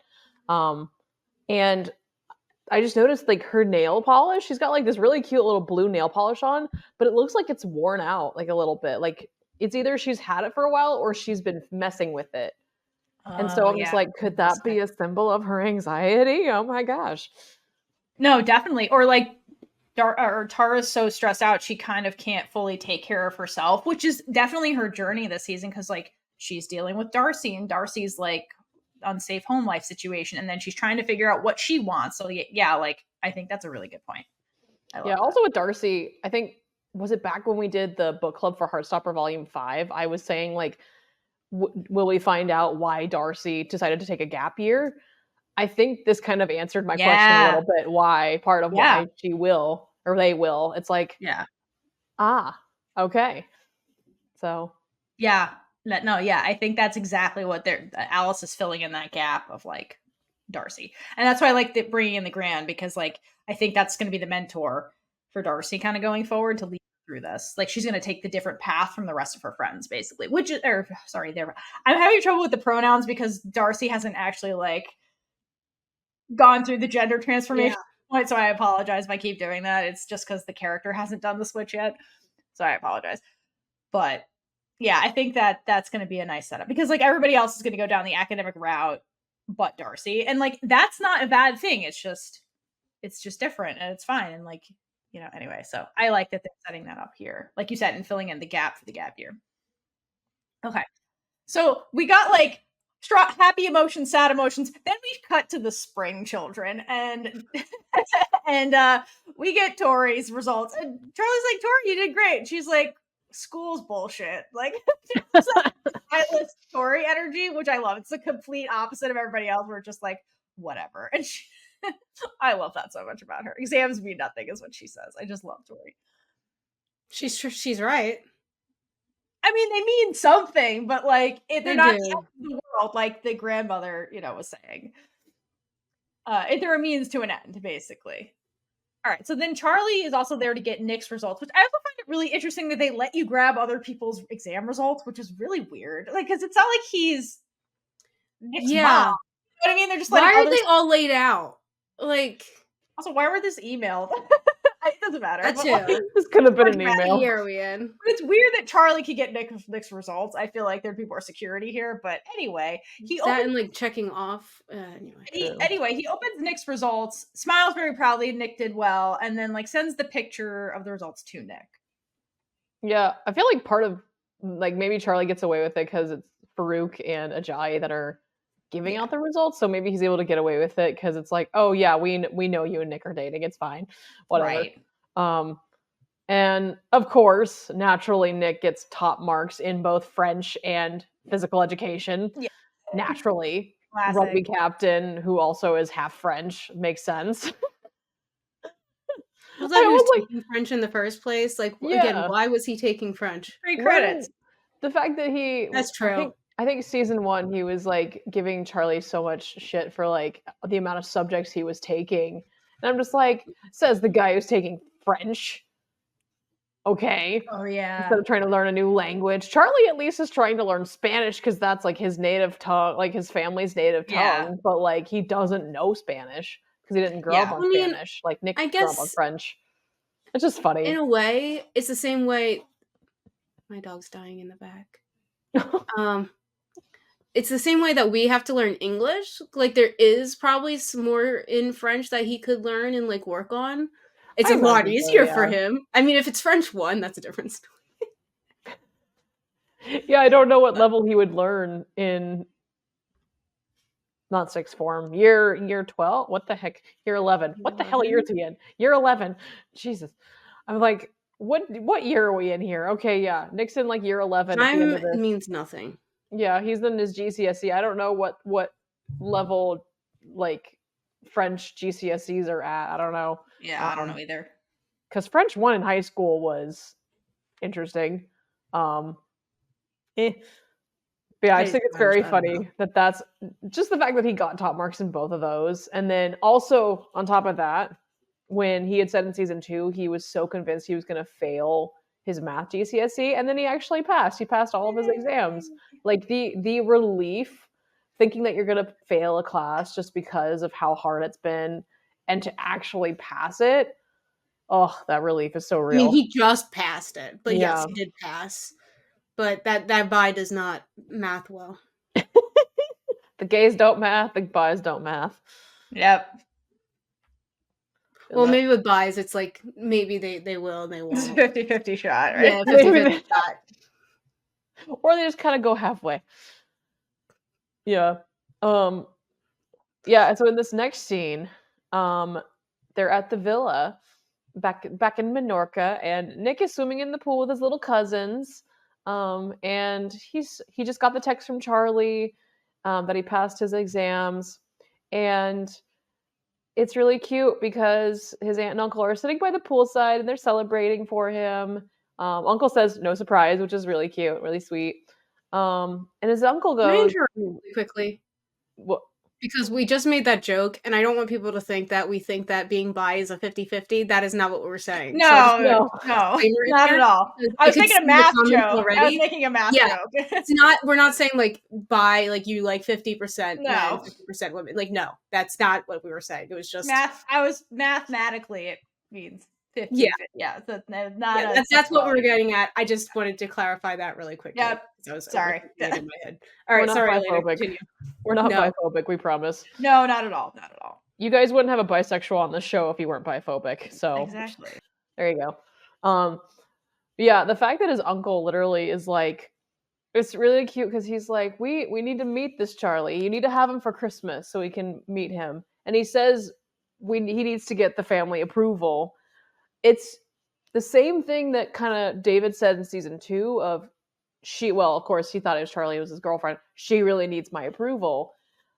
It's such a different context because in this setting, it's like obviously so playful. It's so like obviously he's like, nah, we know you're happy with your boyfriend. It's great. But we just really want to meet him. Like they genuinely just want to meet him.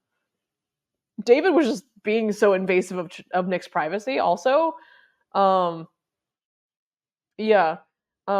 Which I think this is also after whenever Diane sat down with Nick and he told her about Charlie, like, because I'm assuming this is like the next day or 2 days after or something like that, like after that night when they sat down and had their glass of red and breadsticks, and he told them about Charlie. So it's like, assuming they know a lot about like how Nick and Charlie got together, they know the story.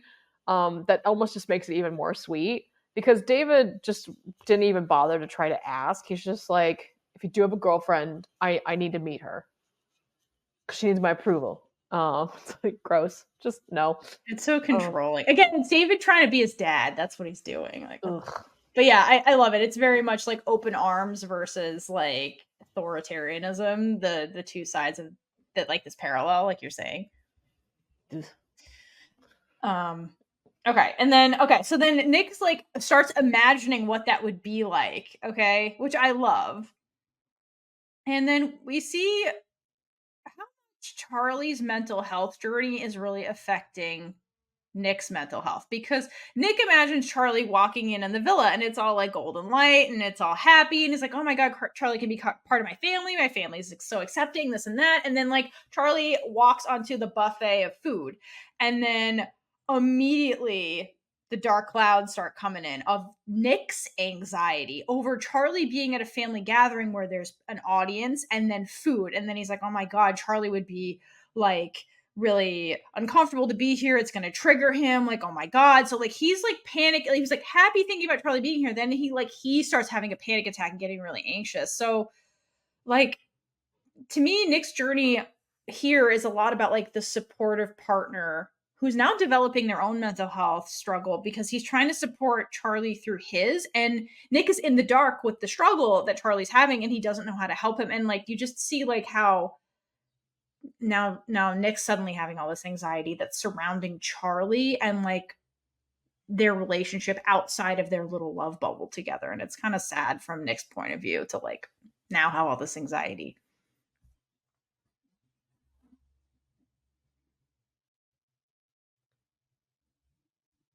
You okay, Kaitlynn? Are you dying? I'm good. Also, I think I just saw this. I'm looking at like the screen caps that we have on the notes, and it's like, I feel like didn't in episode 1 when Charlie was having like his anxiety, when they were sitting like trying to eat their fish and chips, am I remembering this wrong? Where it seemed like the darkness kind of fully engulfs him to the point where you don't even see the food anymore. Whereas in this scene, Nick has like the shadow is like around all of it. Mm-hmm. It's such an Well, there was definitely 2 different shadows in the last episode. It was like a shadow around the food and then around the edges. I think later in this episode, we see it more engulfed on the screen with the food. Oh, it gets worse. Like the food starts getting its own animation to see how much like that's really starting to trigger Charlie. But like the animation was from Charlie's point of view. So like we know from Charlie's point of view, it's the food, it's the environment. But for Nick, like the anxiety isn't as like dark. It's not as like overbearing of the frame. Cause like this is Nick developing anxiety versus Charlie, who's like years deep in his anxiety. Like the level of anxiety is different. Tis true. That's true. Yeah. Yeah. Yeah. Poor Nick. I had another thought. Whatever. I lost it. Relatable. Oh no. So in episode, I think it happens in episode 1. I know it definitely happens later on in this episode when the, which is kind of also like back in season 2 when Nick is doing his math exam and like the words start to just turn into like the scribbles, and that's kind of what happens with Charlie with the food. It's such a great way of like depicting that anxiety and what it's being caused by, and just like to me it kind of paints this image of like you look at the thing and it just makes your brain go fuzzy, it makes you start to feel numb, and it like just proves like a certain type of anxiety. It's like so well done that it tells you so much. So attention to details, man, incredible. Yeah. But then after that also Nick deciding to send Charlie that shirtless pic after he was giving Charlie shit in the last episode for peeking. It's just so funny. It's like, what's happy moments? How do I make this as happy as possible? Be shirtless. Let's do that. Yeah. Charlie will like that. I mean, Charlie will like that. It's okay. It's allowed. We're in love. Yeah. And then after that, I assume like while this is all happening, Charlie gets that text and is like smiling at it, and the gang all is like leaving school like after getting the results, and they start to pair off when Isaac points out that, hey, weren't we all going to go to Nando's to celebrate? And immediately everybody else is like, oh, everybody says like they forgot, and then Sahar I think is the one that says, when did we talk about Nando's? Which I'm like, oh no, poor Isaac. He's not even a third wheel. He's like a 9th wheel right now.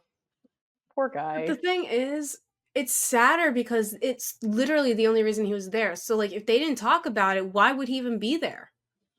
Right. I mean, he wants to support his friends, but like, yeah, your point is so valid. Yeah. Also, I think Nando's is the only restaurant reference I've heard in literally. This show, which I think is really funny because I always heard like there's so many like running gags as like a British person with Nando's, like being the Oh, really? ideal date spot. I don't know because I used to. This is growing up watching Dan and Phil though. It's like the running gag of you want to get some cheeky Nando's. Like I don't know if it's actually a thing. But I I just don't thought want it to was really know. funny. I've been to Nando's. Nando's is actually really good. Their chicken's pretty good. Their variety of sauces is good. So I'm like, I get it. All Um, right. but yeah, poor Isaac. Like, I feel that frustration of they make this plan, and as soon as everybody's there, and they're like, well, wait, aren't we gonna go? Everybody says, oh, nah, we're gonna go do something else. Yeah. Like to cancel plans like right in the moment when like you're already ready to go. That's so frustrating. Especially in It this is. moment when it's not even like if you cancel plans and it's like they say like, "Hey, something's come up," like totally understandable. But it's like in this situation, everybody just like forgot Forgot. Yeah. or decided they wanted to go do something else, and that's so hurt. Like that's gotta be so hurtful to Isaac. Ugh. I experienced this with more in high school, and I'm like, first of all, what the hell else are you doing? Like, unless y'all got jobs, maybe, but I know, like, for me, like, my brain does not handle that well. So, like, the rest of the day is just like anxiety and being like, oh, do they just not like me and all this stuff. Same. It's ridiculous. They could have included Isaac in something. Yeah, somebody could have even like invited him, but that was just sad. Or like the fact that like I and this is a whole another point like when Charlie even says he's not going to go to Nando's, we as the audience understand why. We know why he would say no to going to get food.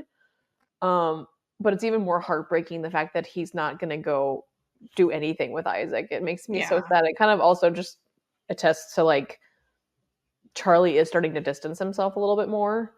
And it makes you wonder like is the reason why he went to the GCSE results, partially to go pick up Nick's results, but also because Tori was there. Could Yeah. have been those two factors are what made him go. If either of those factors were out of it, would he have even gone?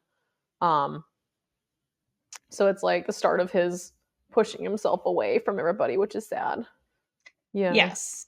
And I think that's encapsulated best by the absolute last shot of this scene. So let's talk about this for a second. So basically everybody else like kind of like paired off and left. And so Isaac's like, hey Charlie, it's just us two now. We doing something? And Charlie's like, nah, for all the reasons you just said. And so they go to part ways and literally exit the school and then literally head off in opposite directions. So of note that like both characters in this scene, Isaac and Charlie, are feeling isolated from the larger group that they were with. Like, yes, Charlie has Nick, but Nick's not present with him right now, and we see him battling his anxiety alone right now. So he's feeling all of that, plus his mom, like all of that. So he's feeling very like closed off and isolated right now. Isaac, as like the Arrow Ace character, that's like setting him apart from his friends who are now coupling up like in a romantic way. And so it's like he's isolated because like and the thing with Isaac is like just because he's not romantically attached to anybody doesn't mean he doesn't love anyone. Okay. But it's starting to set him apart from his friends who are like coming into romantic love as like teenagers do that are inclined to that. So it's really sad that like Isaac felt a bit of camaraderie with Charlie when everybody else was leaving, but Charlie turns him down in favor of the solitude because of all his struggles, right? So in the scene, what's happening is that Charlie's choosing to isolate himself, but Isaac's isolation's involuntary because like everyone else is leaving him to couple up and Charlie's leaving him to go do his own thing. But what's interesting about the scene is that when they part ways, Isaac turns around and sees Charlie walking by himself. And like Isaac is the only person in the group that notices Charlie is exhibiting atypical behavior. And it's because Isaac loves his friends. It's born out of a place of love because everybody else is in their love bubble with their significant other and like Sahar and Imogene are like whatever they're doing. Like, no one else sees anybody outside of that romantic or whatever relationship. But because Isaac doesn't have that lens, he loves all his friends kind of equally. He's the one that sees Charlie's behavior, which is really interesting.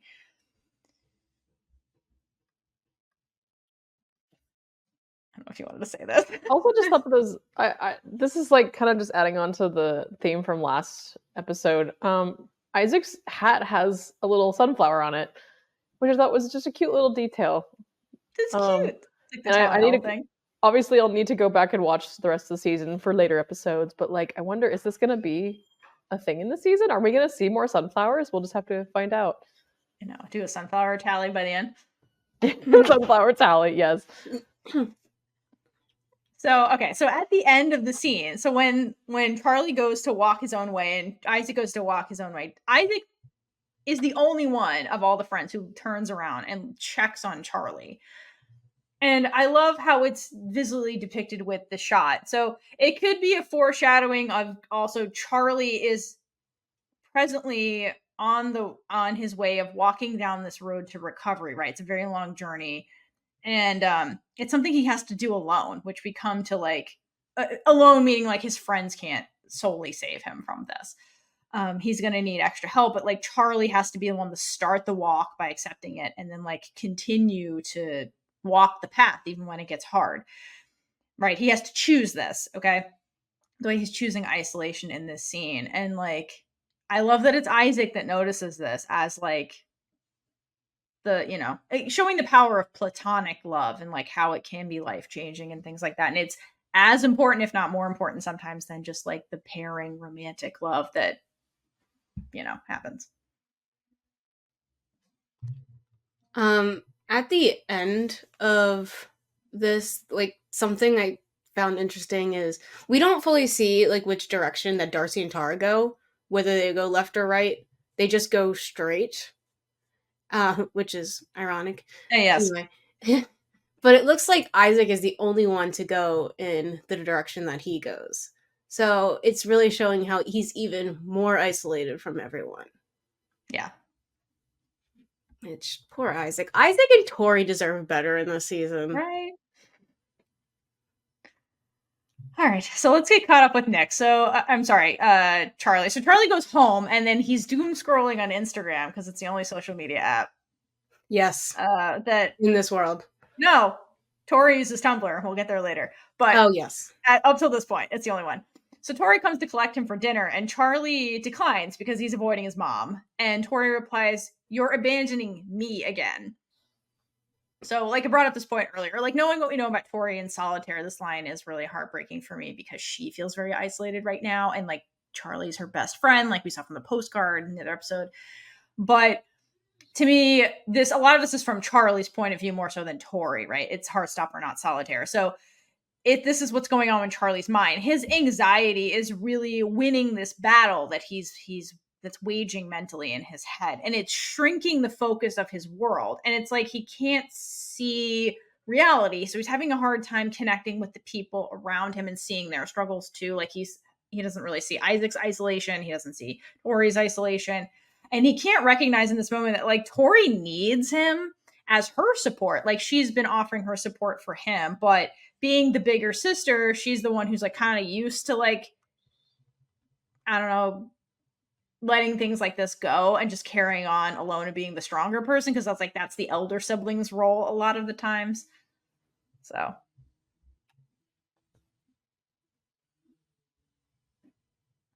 you're muted. You're muted. Sorry. It's so interesting, the choice of the camera angle in this. There's like a huge use of the rule of thirds when it cuts to Charlie and like shows his face. Charlie's like on the left side of the screen, but then like his music sign is in full view in the background, which I think is so interesting. Like the choice that was made there. Also the fact that he's not in his bed doom scrolling, he is sitting at his desk. Ooh, that's true. Which is another interesting choice of like, I feel like Charlie in his most vulnerable states when he like, especially like when he's texting somebody, he's in his bed, or when he is like most comfortable, most safe, he's in his bed. Mm-hmm. That's like his safe space. Or like even when he's in a time of stress, like in season 1 we saw it a couple times where he was very stressed out and he wouldn't respond to a text. He'd put his phone down and he'd curl up in his blankets. Or even after the end of episode 3 when he and Nick kiss for the first time and Nick goes away and he's like crying in his bed that night. That's like his safe place to just be vulnerable, be comfortable, be safe. And the fact that he's not in his bed for this scene when this moment of insecurity is happening, just I don't know. I feel like that must have been intentional, but also the fact that the music side is in full view in the background, like, just kind of, I don't know if that just helps it accent that, but it's so well done. Just that Yeah. camera shot is just so well done. And for those who are listening who may not know what the rule of thirds are, it's I've been like trying to figure out how the best way to explain this. I could have looked up a better definition, but basically you have a grid on the screen and it creates like a grid of like 9 different squares, and there's like 4 intersecting points between the vertical lines and the horizontal lines, and you want to put the most interesting parts of the image on those things because that's where your eye goes to most. Mm-hmm. So it's basically a way to like divide space in a like rectangular frame, like you said, to draw the eye around. Yeah, best example I've ever seen is like, for somebody who's learning what that is like people looking at a sunset. Like you get the silhouette of a person on one side of the screen of the shot, and then there's the sunset on the whole other side, and they're like looking out towards it. That's like such a really cool example of like why rule of thirds can be so pretty. So yeah, it's great. Photography, man, it's so cool.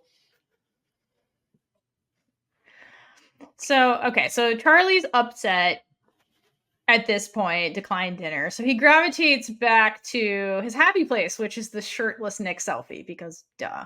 And then he's like, okay, let me return the favor. So he takes a few of him just like sitting in the chair, like of his current state, right? And then he's like debating sending one to Nick. And he's doing the thing where he's got it queued up to like, he's hovering over the send button, but then he hesitates. So to your point earlier, Alayna, so he's in the state of like, I want to be honest with Nick, but then like, can I do this right now? Because the other thing that Charlie's battling with, and we've seen a little hints of, is he does have a degree of body dysmorphia, like on top of his eating disorder. And like that, now that his anxiety is escalating, like it's pronouncing the other issues or mental struggles that he's grappling with. So now the body dysmorphia is becoming more of an issue. And what's also escalating that in Charlie is the fact that his relationship with Nick is becoming more intimate. So we've gotten past the I love you stage. And so like the next progression is like the sex stage, which involves being, naked, etc. Like, and we saw him at the beach being like, I don't want to take my shirt off. So like it's starting to escalate as things are getting more intimate and his anxiety's peaking. So he's like, I don't know if I should even send this. It's him fully clothed sitting at his desk, but he's like, is this Nick what Nick wants to see? He sent me a shirtless selfie, Well, it also is like, I have to wonder if it's partially also a comparison thing. Definitely. Like in that moment, he's like comparing himself to Nick. Nick is like this athlete who is like fit, who he's so fit, as they would say. I mean, he is, yeah. No. Yeah. Whereas Charlie is, in his mind at least, he's just he's just him. Yeah. Which is right. heartbreaking, obviously, because yeah. But yeah, to that point, it's like getting more intimate in their relationship. Oof. That's hard. And it's like, from Charlie's point of view, he's like, well, Nick, like what he sees when I take my clothes off, kind of thing. Because like that was the I love you thing. Once I say this, well, Nick likes what he sees, kind of thing. It's like just the next iteration of that, basically, for Charlie. Yeah. There's also that shot while he's taking his selfies where it cuts to like, it shows like his whole room. It's like just this whole like, I don't know if I'd call that a landscape shot, but it's like a bigger angle of like showing him sitting at his desk, but it's also most of his room. Good God, the amount of books that are stacked on his floor. Somebody get that boy another bookshelf, please. Isaac. Also, Isaac and him should go shopping at IKEA. We brought up in like, I think the last season of like an IKEA fan fiction of everybody going to IKEA. I still want that.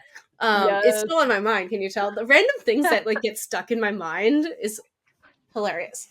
But anyway, that would be a great bonding moment for Isaac and Charlie to go pick out a bookshelf. The best friend date ever. Yes. Also, did I spot a bisexual flag sitting in the drawer in Charlie's dresser? I don't know if that was on purpose, but I feel like they never put like hints of pride flags in there on accident. I feel like that's always intentionally done. Like the bisexual lighting in season 1. It's like, we all know that was on purpose. Yeah. I feel like it's like, well, my boyfriend's bisexual. I'm gonna have this here. Like Yeah. a little Nick Yeah. reminder too, which is cute. He's proud of his queer boyfriend, just like yeah. We all are. And he also wants to show that like he isn't biphobic, because unfortunately that is so a lot of Right. people's issues, which I still don't understand. Like, ugh, just let people be who they are. I know. Just get Mhm. over Like, it. again, even like people in the community, I don't understand like people who do not understand other people. I'm like, you're in this community, you know what it's like to not be understood. Give other people the same respect that you want. Also, that's just in life in general. It's like the first rule you're taught: treat others the way you want to be treated. Yeah. Apparently that I'm lesson many sorry. people failed, I guess, in America. Yeah, a lot of people Especially. failed that lesson. Yeah. Anyway, okay, so Charlie's debating about sending the selfie and ultimately decides that's too vulnerable for him and he's not in the space for that right now. So he just sends Nick a text instead, and that's kind of where we end that. And then we time jump 2 weeks later. So 2 weeks later, Nick is still on vacation and he's in it's the morning time and he's catching up with like his friends. So instead of doom scrolling, he's like reading the morning news on Insta to see what everyone's doing. And then he revisits his text with Charlie and he's looking at the text and he notices that like Charlie's texts are becoming more sparse and then the texts themselves are becoming more vague. So like while Nick is probably sharing like all the things he's doing in the villa or whatever, like every time he's like, how are you doing, Charlie? It's always like something vague, like I'm fine, I'm good, wish I could see you, but it's like nothing indicating to Nick really like how Charlie's actually doing, how he's feeling. And so it's like escalating Nick's anxiety basically. And he sees that he's closing off. Yes. And so it's making him worried. Yeah. Also, like the different scrolling through the Insta stories, I thought were really cute. The attention to details, like with modern Instagram. I had mentioned something in our notes, like Tao's story. It has him and Elle with a goat, which I'm like, I thought there were goats at the zoo later on. Wait, is there a chronology error here? But Kaitlynn, you pointed out that there are differences here, so I might be totally wrong on that. So, like in my head, I'm pretty sure that they would have just found a random goat to take a photo with. Like Tao saw a goat and like they jumped a fence or something to take a photo with it. Like that would totally be a situation that they'd get in. And they had different clothes on at the zoo. I went to the next episode to check. I was like, which episode was? I have to check now. Yeah, I wonder if they just like found a cute little farm or a petting zoo, or maybe I say depending on, it's summertime, so I don't know if they have pumpkin patches that open this time of year. They wouldn't have pumpkin fields, obviously, but I'm like, I wonder if they'd have like a farm they could go to, like to just have cute. like goats. They would or do something like that. That would be such a cute date. I want to go on that date. Hell yeah. I like the version of him jumping a fence and like convincing Elle to do it too. That sounds incredibly on brand. That sounds like something they would totally do. All right, so back to Nick. So Nick's anxiety is spiking because of, the realization that Charlie's not really communicating with him. And so like Nick's in this dilemma where he's like in the tropes of things, he's the savior. Okay. So he sees himself as the knight in shining armor who's like protecting Charlie, who saves Charlie. Charlie's his damsel in distress, basically, in this scenario. And I think that Nick is worried that without his physical presence in Charlie's life, that like no one's there to quote save Charlie, because no one else seems to notice the red flags. So if you go back to like the picnic with the Paris squad, like nobody else noticed that Charlie wasn't eating. The only person who noticed that was Nick. And so he's like, okay. And then he saw that like if he went over there and like hugs Charlie or takes him aside or like gets him alone in his room, then Charlie will eat and like things quote go back to normal in a way. So there's evidence for Nick to know that like, okay, Charlie's deterioration can reverse if I'm there. So now that he's not there, Nick's anxiety is like quadrupling because he's like, Charlie's not talking to me and I can't check up on him or like help him if he needs it. And what I love about Nick's storyline, particularly in this season, is that Alice really took the time to explore the side effects of mental illness on family members and loved ones. And it shows that it's like, it's not really an isolated experience for like that one person is dealing with. Like everybody's affected by this.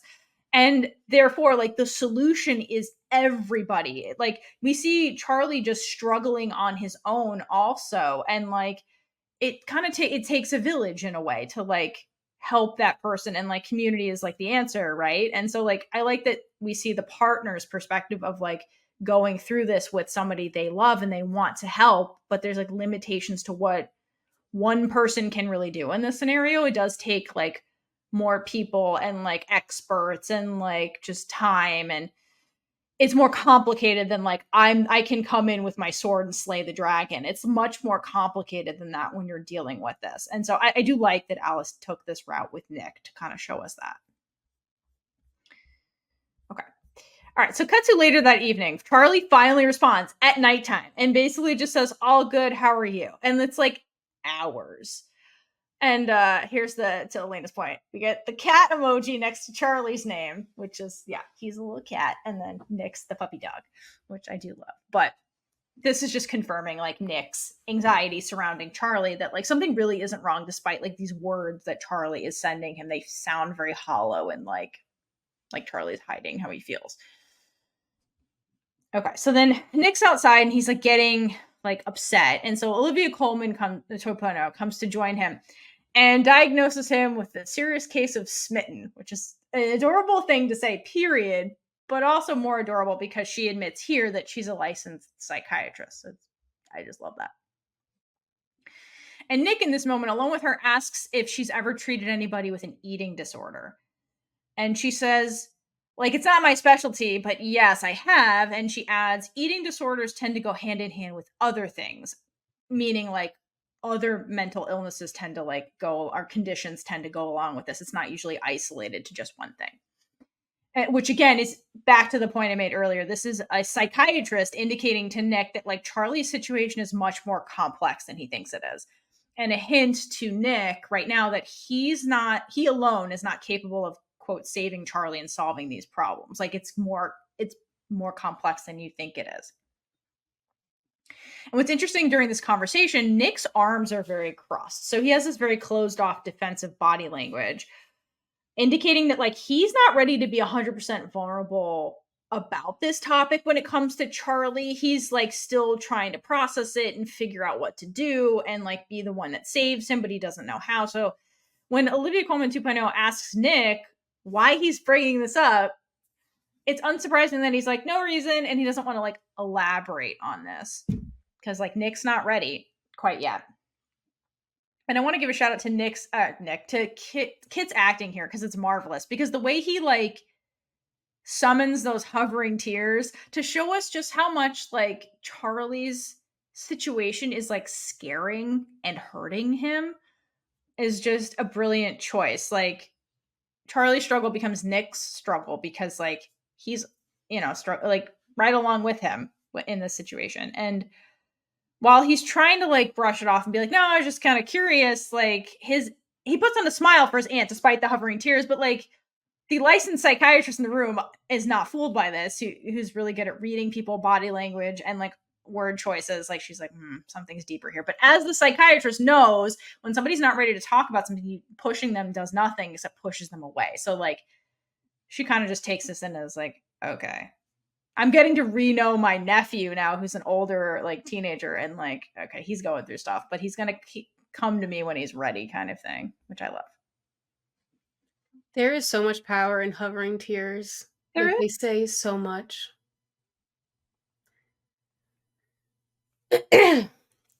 So the next scene is we head to Darcy's Grand's house. And first of all, I love that we're here now. And Tara, Darcy, and Elle are hanging out. So Darcy is unpacking and is already throwing their stuff across the room. I mean, they try to put it on the bed and it just kind of falls off, and Darcy just goes, whatever. Yeah, so like there's no really care there. Like Darcy treats their own space like this. It wasn't just because it was someone else's room. Like this is just Agent of Chaos. Yeah. And Gran tells Darcy that they should have a poster of a boy on their wall. This is so cute. Which Darcy immediately responds that they are a lesbian. So they go, I'm a lesbian, Gran? And it's like such a matter-of-fact tone that I just love the line delivery here. And so Gran's response is, oh, your dad never told me that. And Darcy doesn't get defensive. Darcy just shrugs. And I feel like a part of them has to be worried a little that Gran won't like it. But Darcy doesn't show it because that is weakness. Darcy is not Darcy doesn't want to let people see how things affect them. But we don't have to worry because Gran is the best. Like, literally. oh my gosh, Gran is the best. And says, you need a pretty girl up there then. I love you, Gran. Yes. World's best Gran. So Tara has the perfect solution for this and puts a photo of herself on Darcy's I wall. love that. I know, I love how subtle that is too, especially because instead of the Gran like making a big response when Tara puts it up, like she immediately catches on like, oh, she must be your girlfriend. Doesn't have to say anything else. She just says perfect. Thought that was a really cute little touch. It was. Again, there is so much being said and a conversation in this scene without it being said. And it's beautiful and exactly what Darcy needs in this moment. Yes. But then Gran continues and tells Darcy their mom called, and which Darcy immediately groans. Like, I don't blame them because their mom's a lot. Probably a lot more going on there. We don't really get that mom story. We don't need it. So that's with this isn't focusing on parents. That would be an interesting thing to explore in like a mini series type thing. If they do want to spin off, I'm just saying, giving you a bunch of ideas. Not that they haven't thought about it.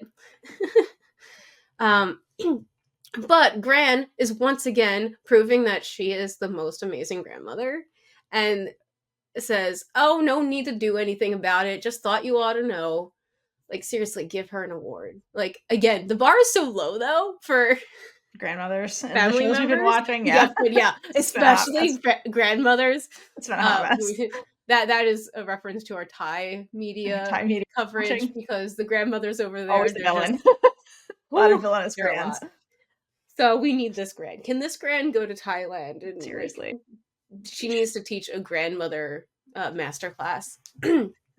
Anyway.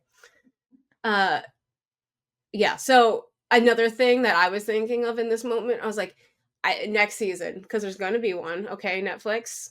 I'm just telling you now, like, if there's not, like, there is. You have no choice. Okay, so next season, they need to have her and Olivia Colman, the actual Olivia Colman. You know what? We can put 2.0 in there as well. We can put all the Olivia Colman. I want them to all have tea together and have a super queer discussion, because I think that would be the best scene of the whole show. That'd be amazing. I mean, I know there's like the show's so good, but like that scene I just want, because that would be allyship at its max power and beautiful. That's true. Someone write it. Someone write it, please. I need to see how that would play out. I need to see it, but I need to read it. Anyway. Okay.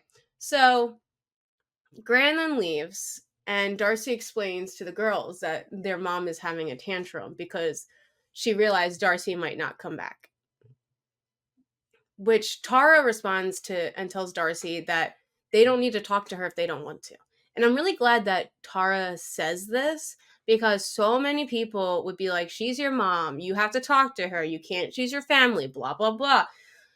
And like that's things that I've heard for random things. Like, and it doesn't matter like if it's a parent or someone else in your family, it's like their blood. You have to make things work with them, which is not the case. There are people who are toxic and it's okay to let them go. And Darcy responds and says, good, I don't want to. But the way their voice sounds here doesn't really convince me that this is true. And again, this is their mother. Like, you want a relationship with them. It's not that you want the relationship, it's that you want them to be who you need them to be. Yeah. And I think Darcy does want to speak to her, but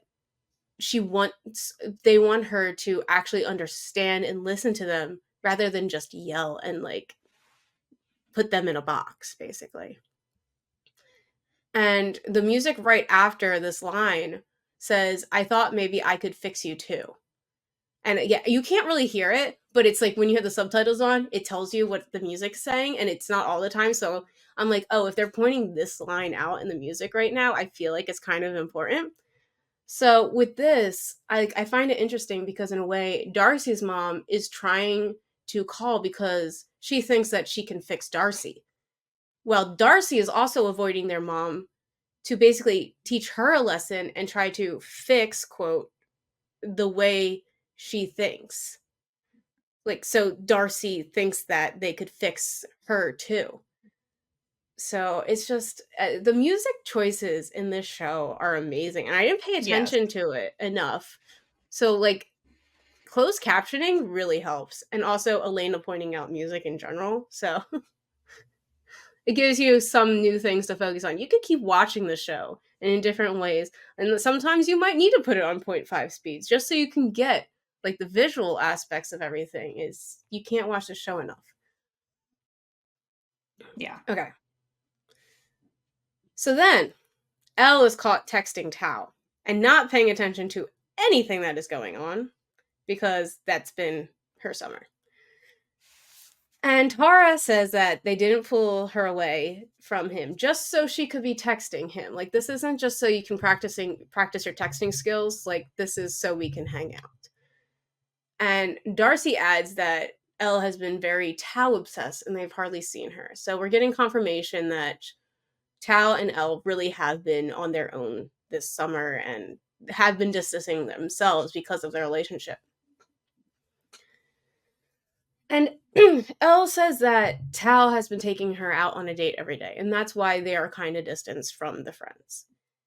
And at first, that Tara is like very supportive and says that's good, but then she realizes that Elle isn't very excited as or enthusiastic as it seems like she is.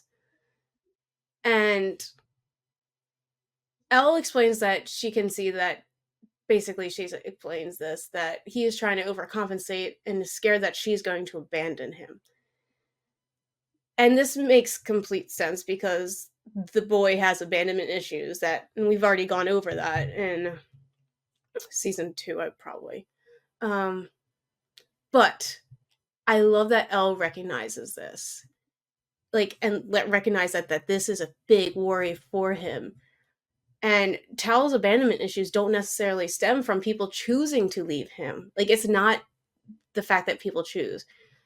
It's just the circumstances that happen. So even if he thinks that Elle would never leave him, there is still that what if things change overnight or something goes wrong. And we do see that later. Like, he says, what if you move on? So it's like just naturally.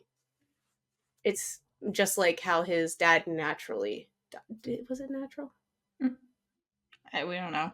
We don't know. Yeah, I didn't know if it was like something else or anyway. It just seemed like it was kind Sudden. of like it could have been sudden. Yeah. Okay.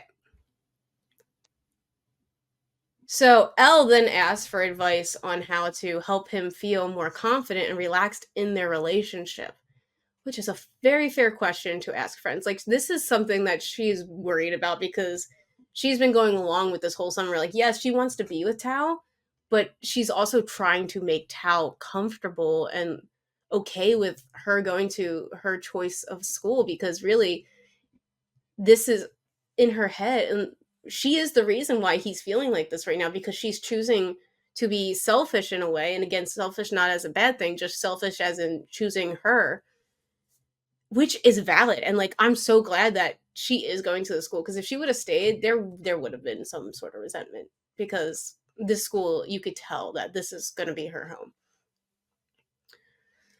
But Elle doesn't get advice because Tara starts complaining and asks if they are really going to spend the one night they are the one night that they are together talking about her boyfriend. And like, to Elle's credit, she understands and she does move on. She apologizes.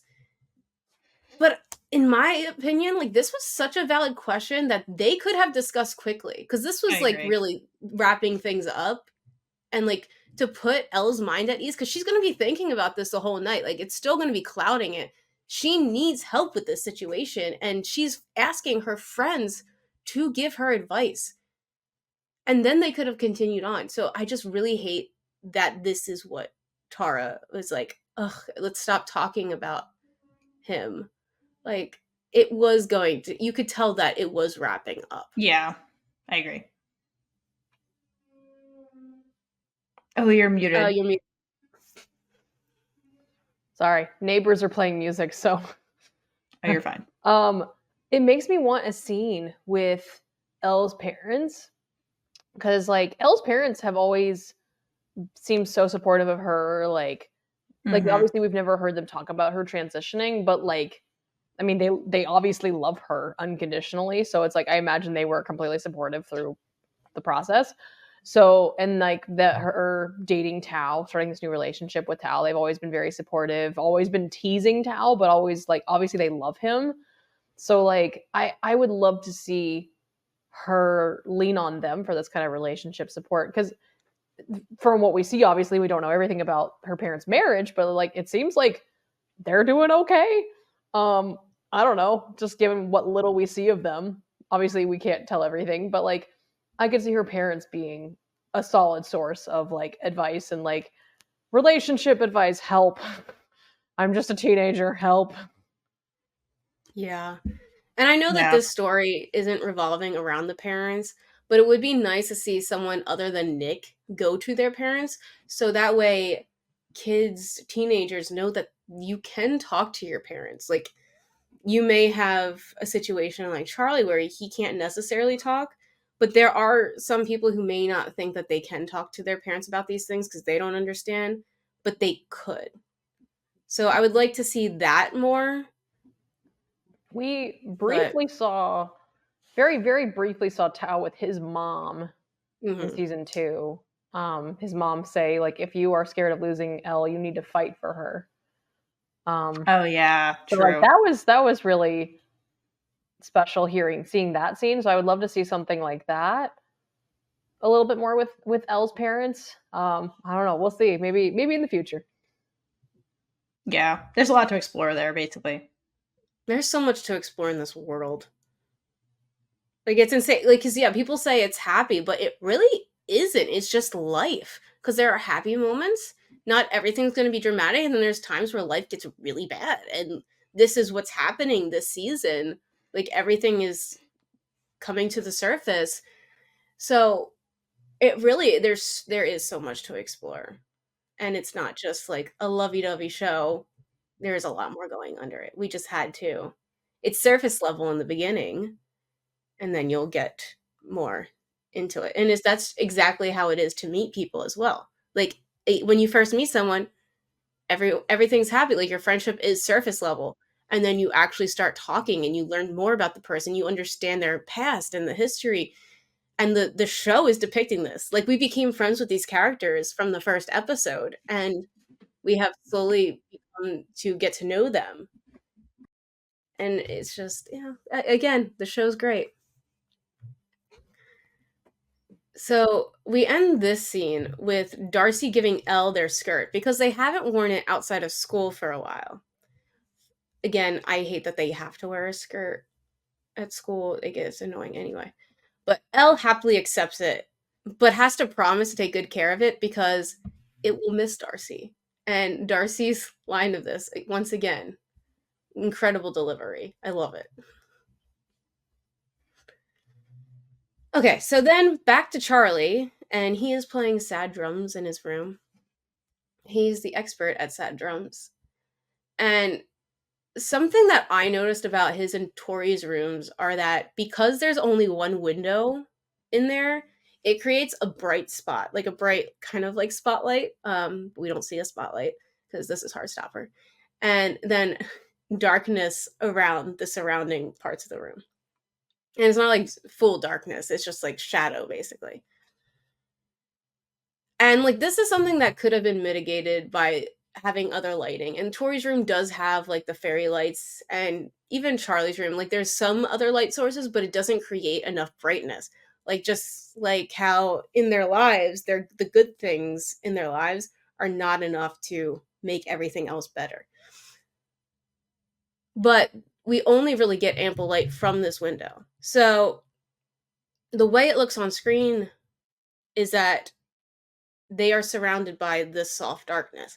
And it's reading really indicating that although they both have the good things in their life, um, there are still these things that will put them in a dark place, and it surrounds them while they hold on to this light they have that isn't even able to fill the entire space of their world. So again, the lighting is very interesting, especially, and then once you compare it to other people's houses as well. So, anything to add, or should I continue? No, you continue. No, the lighting is really purposeful, and I'm glad you pointed that out. So then Charlie gets a text from Tao asking about a movie night that night, but Charlie ignores it, and Tori immediately knocks and enters the room. So Charlie has to kind of put on this mask from what he is actually feeling from this text. So, like, again, he's distancing himself from his friends right now. There's a lot going on in his brain. Tori enters. All right, let's just try to forget about it. But the mask isn't enough because Tori knows her brother. She's proven this. And she wraps him in a hug. It's really sweet. Yeah, it's like Tori, to me, Tori's in the same position Nick is in, where she sees red flags from Charlie. She sees the atypical behavior, and Isaac too, to some degree. And she's worried, but she also doesn't know what to do to actually help Charlie. So, like, basically, she just does what she can, which is she hugs him, and then she tells him, I love you. So, and sometimes that's all you can do, which is the lesson we learn later from the psychiatrist. Like, I know, and even though he's like kind of confused and like caught off guard, he still says "love you too" without like Yeah. hesitating. It's so sweet. It is sweet. Ugh. All right, guys, do you mind if I pause just for a minute? I'm gonna run to the bathroom real quick. Oh yeah, of course. Oh yeah, do it. Thanks. Okay, so in this next scene, we've got Tao and Elle. It's movie night, and they're in his room just hanging out, waiting. I say hanging out. You know, they're being coupley. Before Isaac gets there, and what presumably maybe Charlie will be there. They're not sure. And it's so cute. They're like start being goofy. They're like tickling each other, and I wonder if the first part was improvised because I know there's like this whole thing with this show where they have a lot of these scenes are improvised, especially like the interludes between like dialogue scenes where they're all just improv and they're just being cute with each other. If not, the writing and the execution were very, very well done and very cute. I really like that. Yeah. And then as I think they're like actually like in the process of like kissing when Elle like accidentally sits on the camera. And so notice that the camera is it's hiding in Tao's bed sheets. So I'm like, it could either be like either Tao like just forgot about it, or he was playing with it and messing with it before Elle came, and like I can see this where he like frantically tried to hide it before Elle got there. Especially given how he reacts when she finds it. He's like, "Oh, it's just that was my dad's." Like he's kind of bashful. I just think that's really cute. Yeah, I'm with you. I like the second option more. It seems more Tao because Tao is a sentimental person, and we know that. So I feel like he would keep that close to him, like it's in bed, not on a shelf, too. Like, and I do love the way he does open up about his dad once Elle finds this, and the fact that he's comfortable enough to share something so personal with Elle is beautiful because like basically that the way he talks about the camcorder, it's basically a piece of his dad, like a piece that he has left now that his dad's gone. And then I love when he launches into the story about how like my dad used to take photos of me all the time and he always needed me to sit still, and like at the time I was a kid and I was like, I don't want to do this. But in hindsight, he's like, now I wish I would have sat still for my dad because he didn't know how much time he was going to have with his dad. And like the photos are another tangible piece of evidence that he has left that like his dad was alive and of those memories. And so I wonder too, because this memory he's talking about and the piece of his dad that he has left is basically connected to photography. If like Tao's love for art stems from this regret that he has about like, me and my dad did art together. Like that's what we were doing. Even though he was so young, he didn't realize it. And I wonder if like by continuing to love art and by like doing art projects if that's a way that Tao feels close to his dad now that he's no longer around. That's a big possibility. Yeah. Because like Tao, it's the one consistent is like Tao is very passionate about art, particularly visual media. And I do wonder if that does come from his dad and like his wanting to be closer to him too. Right, by still doing it, basically, you know. Yeah. All right, and then side note, so Elle does find in Tao's room there is a photo of Tao and his dad and like baby Tao, and it's so freaking cute. Like little baby Tao is so cute, so cute. Yeah. Also, we know like Tao and Elle were friends like before Elle started transitioning. So like, because like he's talked about it in season 2, he said like I was her friend when she came out as trans. But we don't know when Tao and Elle became friends. So it's a question of, was she around when Tao's dad died? We know Charlie was, because Charlie and Tao became friends in year 6, I think, when they were 11. Like elementary school, Yeah, they were 11 and they became best friends basically. And Tao lost his dad when he was 12. So we know that Charlie and Tao were already friends. So Charlie kind of was there. And Charlie and Elle became friends, and then by default, like through Charlie, Tao and Elle became friends. But we don't know the exact timeline of Charlie and Elle's friendship that turned into Tao and Elle's friendship. So it's kind of interesting. So we don't know the whole timeline of all that. So it's like it would really change, I think, a lot about their dynamic if Elle was there. If not, Elle definitely saw like the aftermath at least. And obviously like Tao didn't like keep this from Elle. Even if they weren't friends when it happened, like she's known about it for a long time.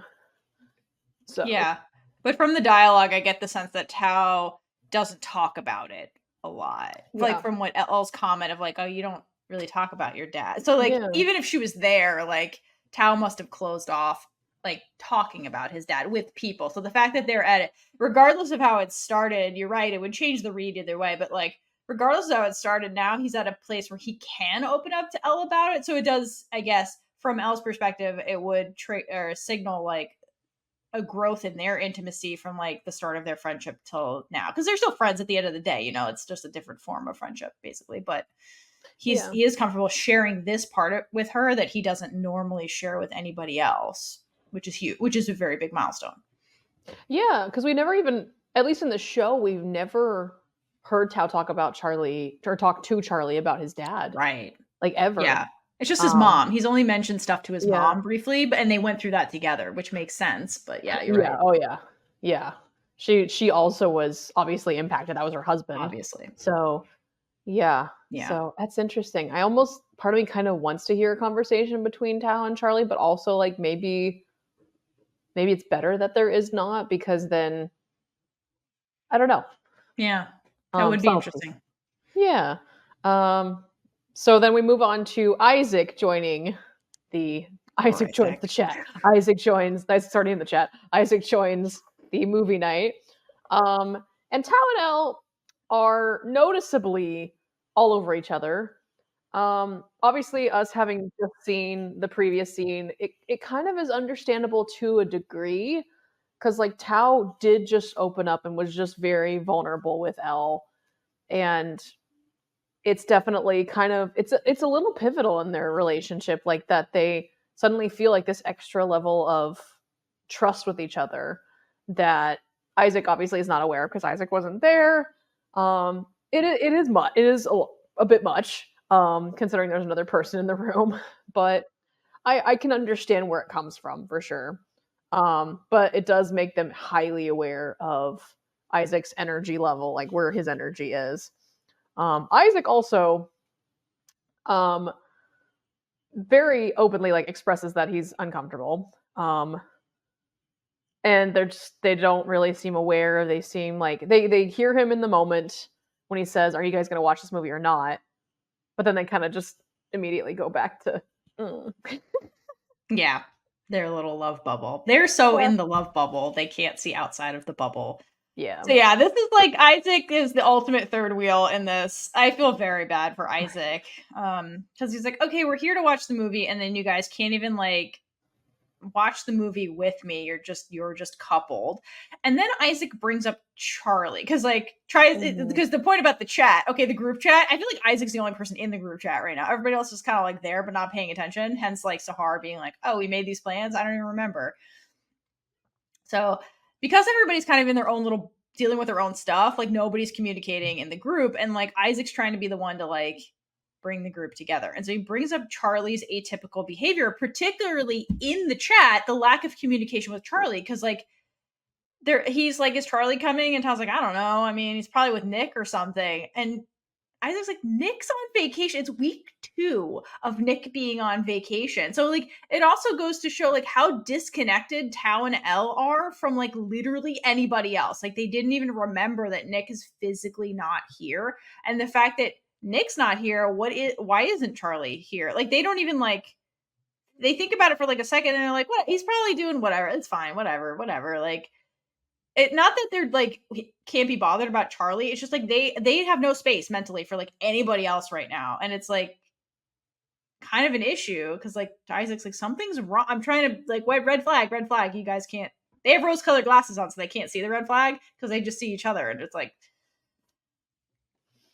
yeah, I think Isaac is aware of like the stress that Charlie had with wanting to say "I love you" to Nick, but I don't think Charlie never confided in Tao at all. No. About it.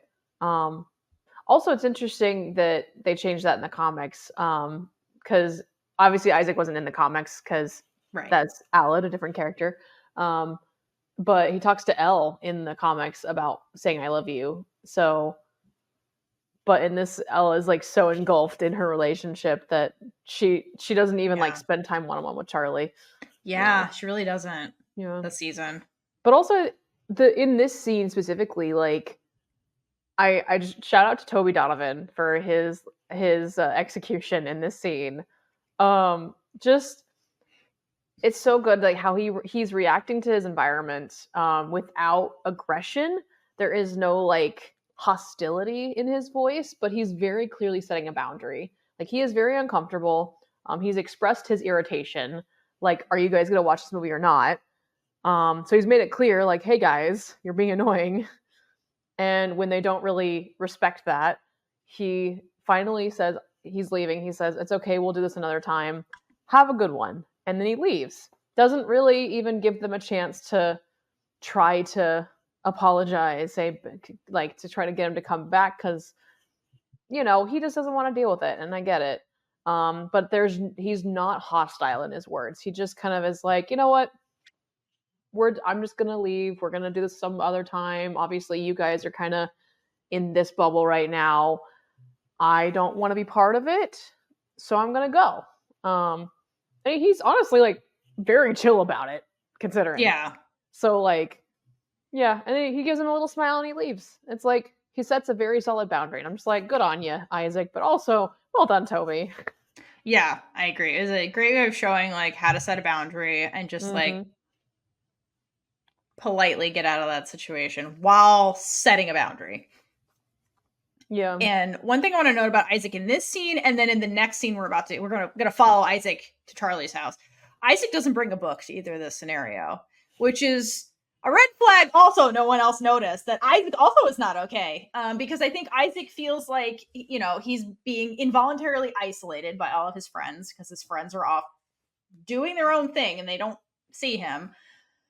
And I think he's like desperate to reconnect with them and, you know, spend time with them and, you know, have the love that he wants, which is with his friends. And so like he put his books aside to like focus on his friends, and like they can't even give him the time of day to watch a movie. So that also must really hurt from Isaac's perspective.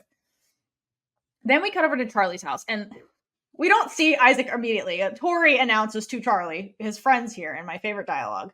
One of your friends is here. Charlie's like, who? Tori says, the one who's always reading. I love that Tori can't be bothered to learn their names. Because it's such a sibling thing. I'm like, I don't know, the one that does this. I don't know. It's such a sibling. I just love that. So it's funny that that's how she announced Isaac, but then Isaac doesn't bring a book, which is also funny or kind of interesting. Because he's the person he's worried most about is Charlie, but like, so in the scene with Tao and Elle is more like Isaac wants to reconnect with his friends, but like Charlie, he's also like clearly still worried about that something is weird is going on with him because Charlie's not behaving like Charlie normally does. So he physically comes to see Charlie. Yeah, also the fact that like he hadn't brought the book to movie night, and so it was very obvious like he was wanting to actually be present, which it honestly kind of makes his annoyance at them being in their bubble like even much more understandable. Yes. And then the fact that he goes, we assume he probably goes straight from Tao's place to Charlie's place. So the way that he says bye isn't even just like a level of irritation. It's also like, I'm going to go check on our friend. Right. Because I'm actually worried. Bye. Right. So he's also just a worried guy who loves his best friend. So yeah. He knows them all so well too. That to like notice when something's off. I agree. And then they have basically like the crux of the conversation is like Isaac kind of confronts Charlie and he's like, "What's going on, Charlie? You're acting weird," basically. And then key thing I want to highlight in this conversation is that Charlie, like Isaac is a safe person. They love each other, obviously, but like Charlie is not 100% ready to like open up to Isaac even. And he says, "I'm sorry" a bunch of times. And Isaac doesn't do what Nick does, where Nick is like, "I recognize that as a defense mechanism that you do. Don't say that. Tell me how you feel." That's why Nick's always like, "No S word. Like, just tell me how you're feeling. Don't say I'm sorry." Like Isaac is basically like, "It's fine, Charlie, but like, I want to be here for you. I want to, can we still be friends?" And Charlie kind of makes an excuse, and then they end up watching. I think it's a TV. I can't remember if it's a TV show or a movie, but it's like an Emma adaptation. So it's like a classic novel adaptation, which is something if you read their text that they talk about. So Isaac's like, "Yay, let's do something we like together." And they kind of just like lay down and watch the movie. And like Charlie like rests his head on Isaac's shoulder. And it's like, a good depiction of like platonic love, which is very important, and how like even though like Charlie is not being 100% honest about how he feels, Isaac was when in this conversation. He's like, "I'm feeling left out, blah blah blah. Please at least respond to my text because everybody else is being a dick," basically. That's one of my favorite parts because like you can at least like apply to my text. Just reply to me because the way he says it is like joking around more and like light, because it could have felt very targeted and made Charlie feel worse. So just he knows how to handle it too, and I love it. Yeah. So like I love that they're depicting this because again, Isaac's being honest about how he feels. Charlie's still being guarded, but just like with Tori, like sometimes there's only so much you can do as the supportive friend. So Isaac's still going there and like watching something with Charlie. Like Charlie smiles in this scene. Like he is feeling loved and kind of supported, which is what Charlie needs, because he's just you see him in his bed, like to your point, Alayna, in his safe space, spiraling, isolating himself, like, and like just for this brief moment, like without knowing it, Isaac pulls him out of that into reality just by like being the literal shoulder to lean on, which is something Charlie needs, like even though Charlie can't communicate that right now. All right, so then we get to week 3, last week of Nick's vacation. And on week 3, Tori is answering Anon Asks on Tumblr. She is the first person to use a different social media app. Thank you, Tori. Also, how the hell is Tori getting Anons? Like, who gets Anons anymore? I don't know. Tori lives for them, though.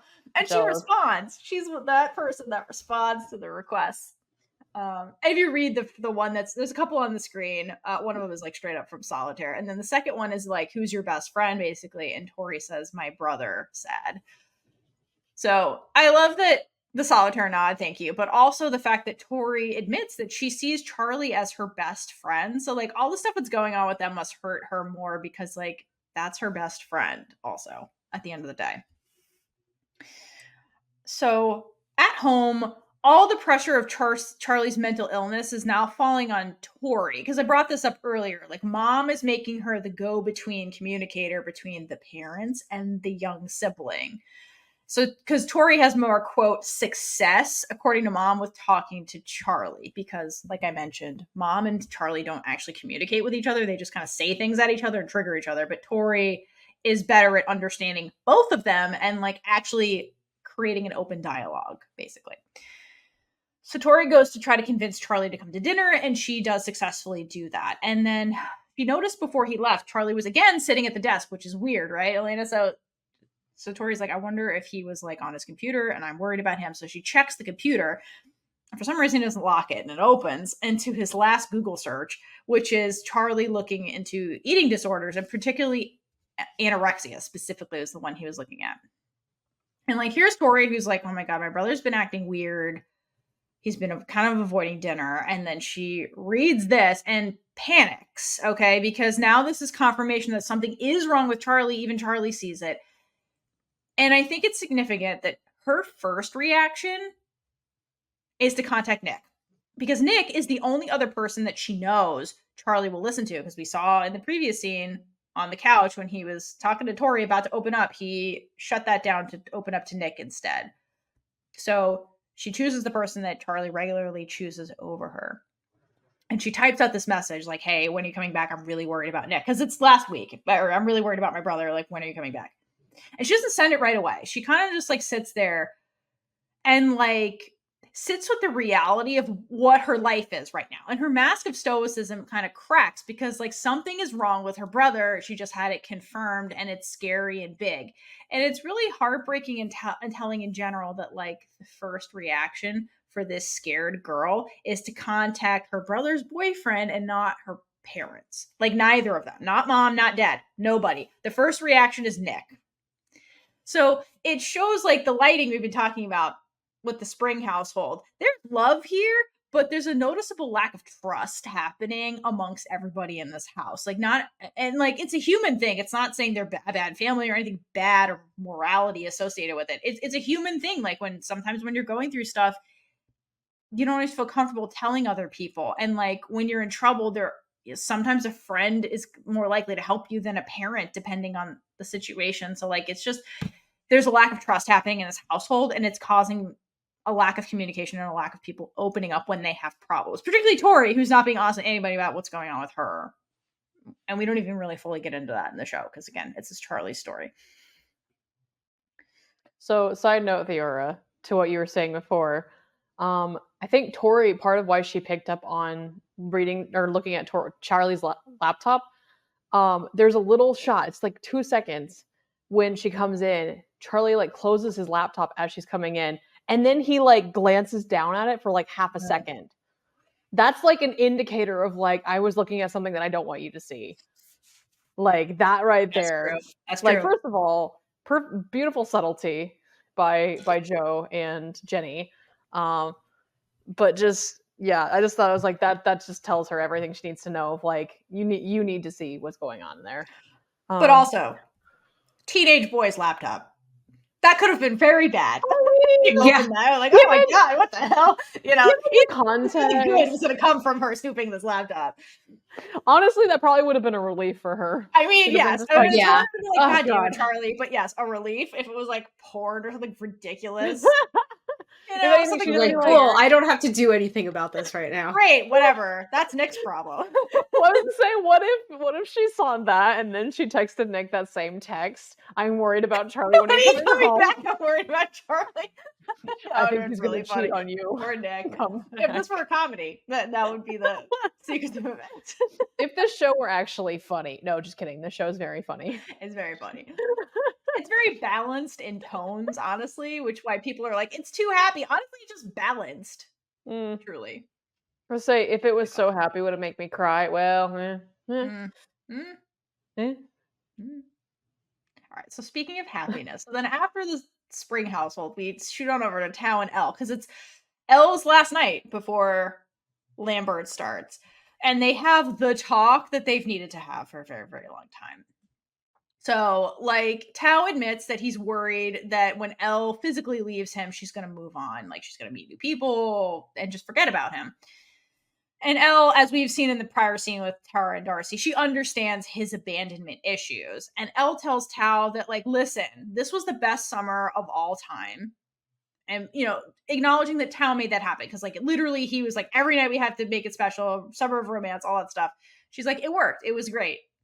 And she reassures him that, like, the distance between them is not going to make her like him any less, which is, like, his big, big fear. And I think even though she says this out loud, like, Tao seems mildly reassured. He's like, yeah, okay. Like, because it's one thing to hear that word, it's another thing to like see that actually play out, you know? So then Elle, in the moment, gathers the courage to tell Tao she loves him. And obviously Tao says yes, because duh. But I think this was important. This was an important thing for them to say to each other now, because they both mentioned like, oh, I thought it was too soon to tell you this. Cause like, you know, but I think it was important that they said this in person prior to Elle leaving, because it adds a layer of security to the relationship that I think Tao really needed in order to actually curb his anxiety. To be like, oh, she loves me. She loves me. Okay, that's big. So like, okay, I feel less like freaked out. Because like, if they hadn't gotten to the "I love you" stage, like, it's harder to do that over longer distance. I feel like that would have made him more anxious to like get to that next level, like with the distance and with Elle, like, you know, getting engrossed in school. Cause it's like, you know, the next level of school, it's more time consuming. She's going to meet new people, things like that. Like, they will have less, they won't see each other constantly. So, like, I think this was important for them to do now. And like, he smiles very broadly at the end of this, because not only did his dream girl tell him he loves her, but like, it adds that level of like, things are going to be okay, basically, for Tao. The weight's lifted. Yeah, and also if he didn't really fully know how she feels, like the "I love you," Elle's gonna be saying, "Oh, I love my new school. I love this. I love that." So it's gonna be like she loves all True. these things, so But she not might be me. gravitating towards that more. And I Yeah. don't think it would be like consciously that be like she doesn't love me. I think it's just that he doesn't know that, like he hasn't heard that about him. It's So like these are insecurity. all these good things going on. Yeah. Agreed. Sorry. Okay. So now we have the dinner table of sadness, or, the table of anxiety. Yeah. So Charlie's family is eating dinner together, and his dad mentions that they haven't done this in a while. So the family hasn't really been whole because, like, dinner table, they come together, talk about your day. The family is together complete. So they haven't done that in a while. And the parents are happy about this and said they should do it more often. But Charlie's less than thrilled because now he is having to eat in front of his family. And these issues have been getting worse recently. And I guess luckily he hasn't had to face it in front of his family. Yeah, and this is the shot we get that you brought up earlier, Alayna, when Charlie's looking at his food and he's doing the thing where he just plays with it, doesn't actually eat it. We see like the cloud of anxiety engulfing Charlie, but also the food has like scribble all over it. So like which again, before when we were at the Paris squad, it was just the anxiety was hovering on the food. Now it's like more pronounced. So again, I appreciate the animation showing how his anxiety and eating disorder is all escalating by like the way the animations are like escalating in intensity as well. Yeah, it's almost as if by showing the lines around each piece of food, because it starts with like you have the details of each food going on throughout these lines. It's showing how Charlie's really looking at every single thing on his plate, every detail, like every single detail on this food is making him more anxious. Yeah. So anxious. Yeah.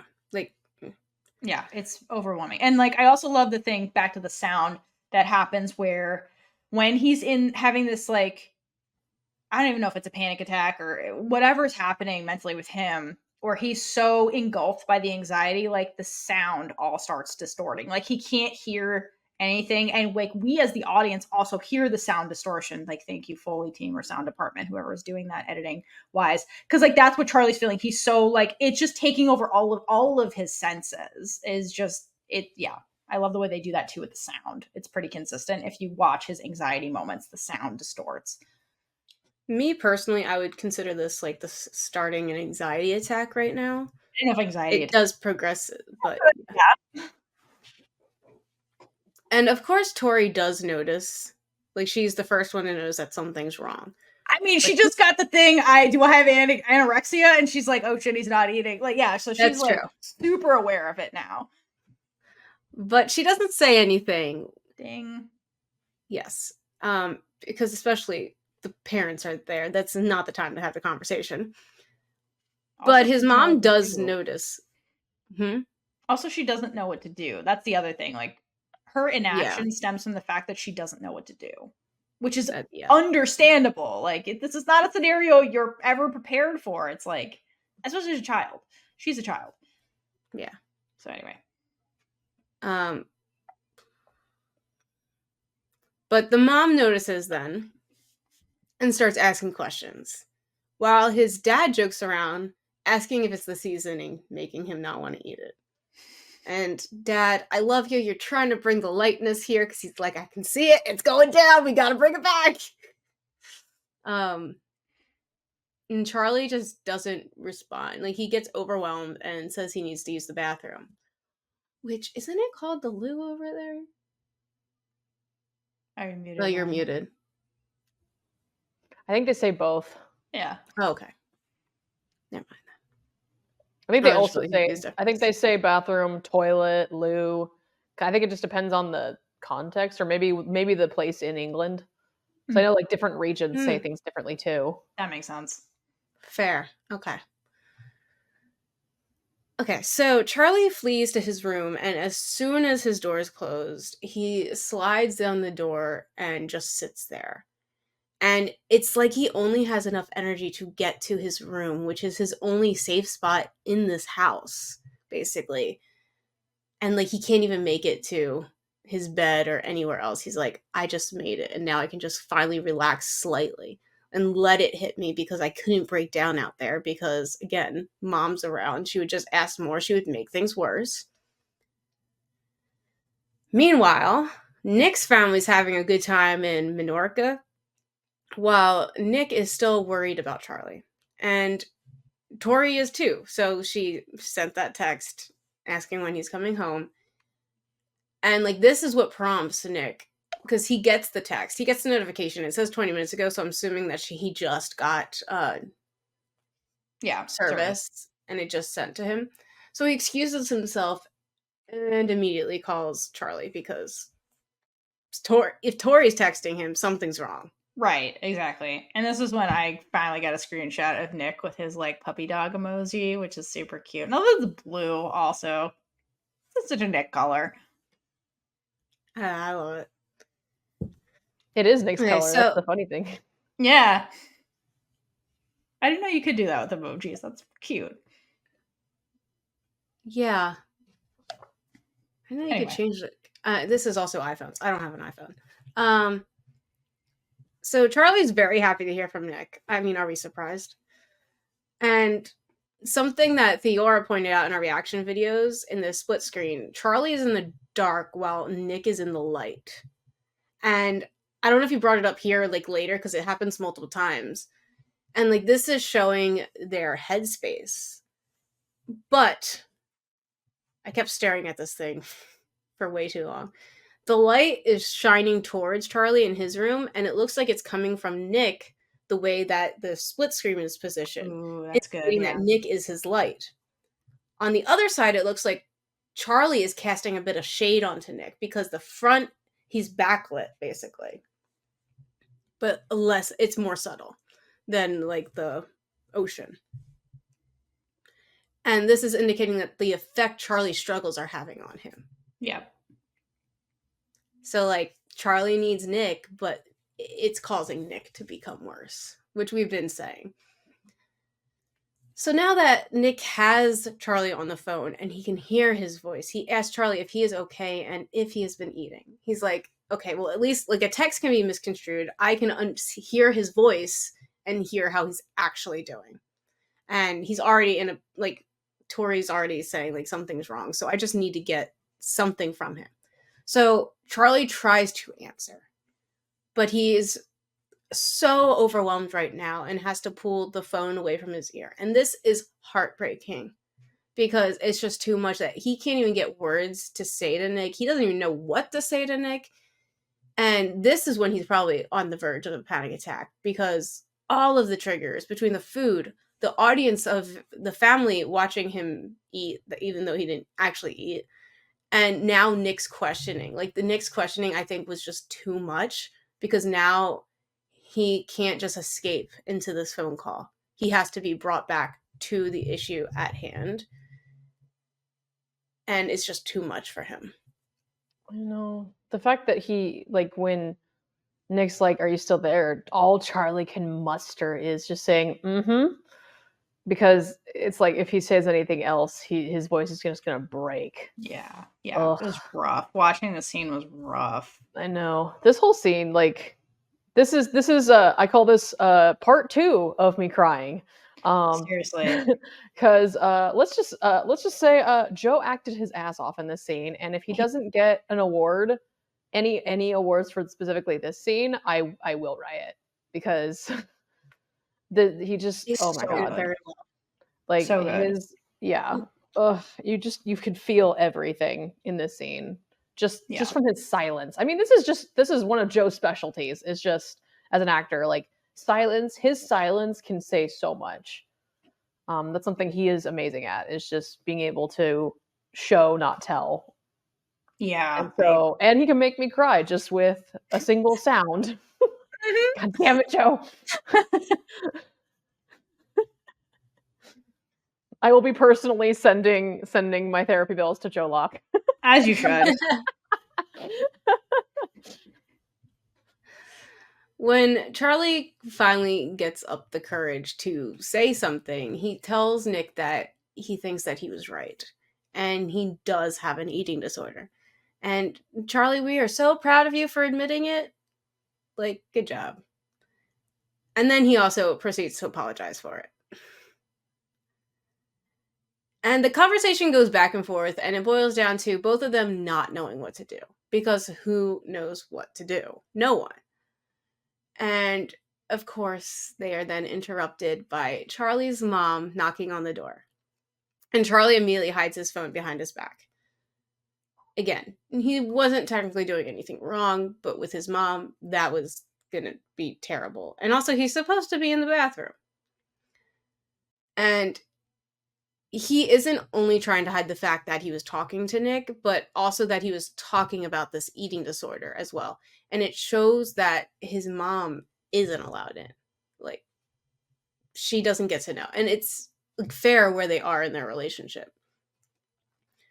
So once again, Charlie's mom gets defensive and is like, "Are you texting Nick? We are having family dinner."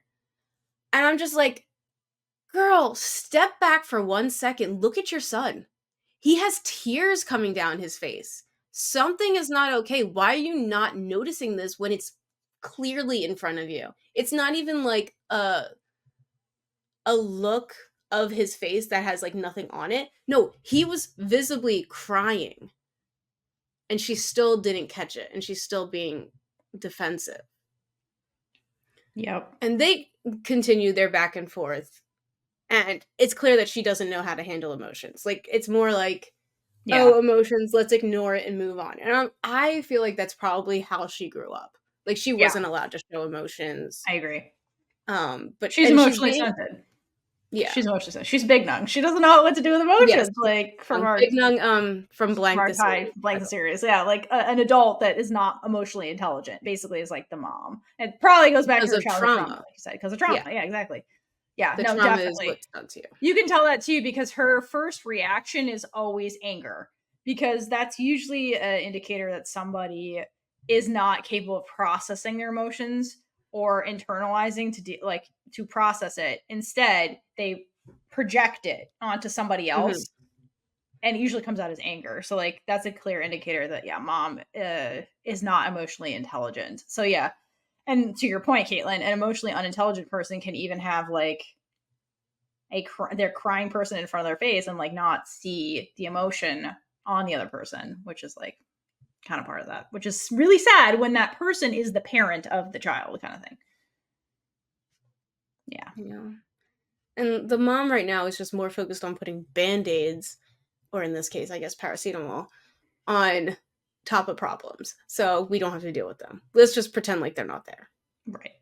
Which truly, as a pharmacist, I can tell you, paracetamol doesn't treat a goddamn thing. To be honest with you, it really, all it does is reduce fever. That's the one good thing that it really can do. But it's pretty terrible at everything else. I'm not going to lie to you. It's a pretty shitty What drug. is paracetamol?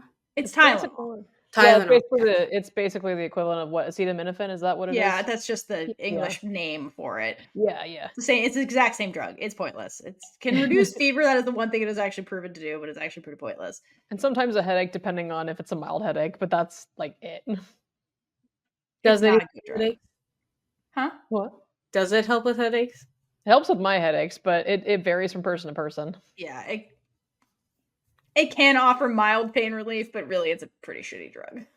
Anyway, so Yeah, yeah, you're in an actual natural pain Band-Aid, now. something that doesn't actually treat stuff, like, but it can make you temporarily feel better, maybe. That's this conversation with Charlie's mom. And then right after this, we move on to the big Oh, the scene. I mean, The scene. I knew since, like, pretty much since the show got the adaptation greenlit, um, and reading the scene in the comics, I knew emotionally I would not be ready for this scene. Yeah, you Um, can't be. It's the scene. yeah, this is Nick at the beach. It is, we don't really know how much time has passed since the phone call ended, but it's presumably been a little bit because it is now dark. It Yeah. is after sunset, and Nick is tossing stones into the ocean at the beach, and obviously just like processing everything from their conversation. Like, and now that Charlie says, "I think you're right," it kind of is a whole new, like, one weight is lifted. The weight that he doubts if he actually knows what's happening is lifted, but there's this new weight of, oh my god, this is actually happening. And also, what Um, do we do? We don't know what to do. yeah, Which he they feels so helpless. He feels Yeah, so, exactly.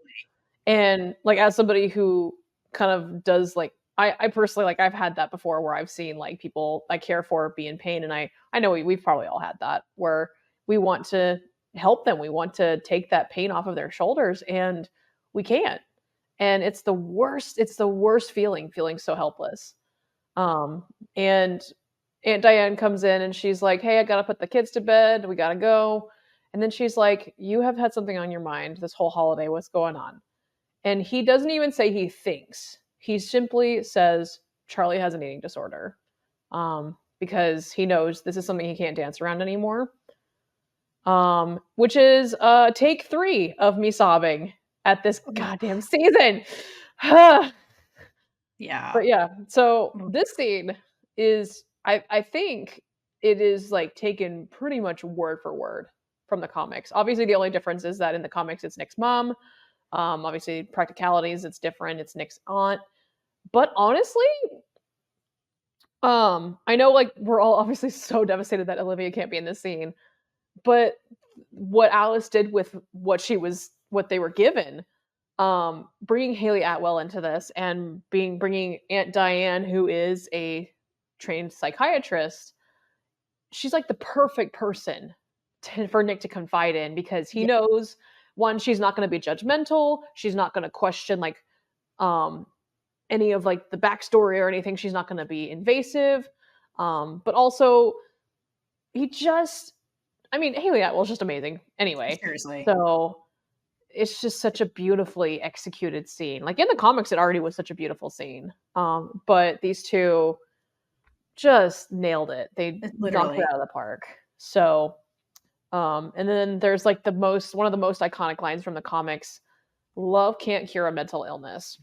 So perfect. And I feel like that's something that probably, honestly, everybody needs to hear at some point. You can love somebody, but it can't fix them. And it's nothing that you're doing wrong.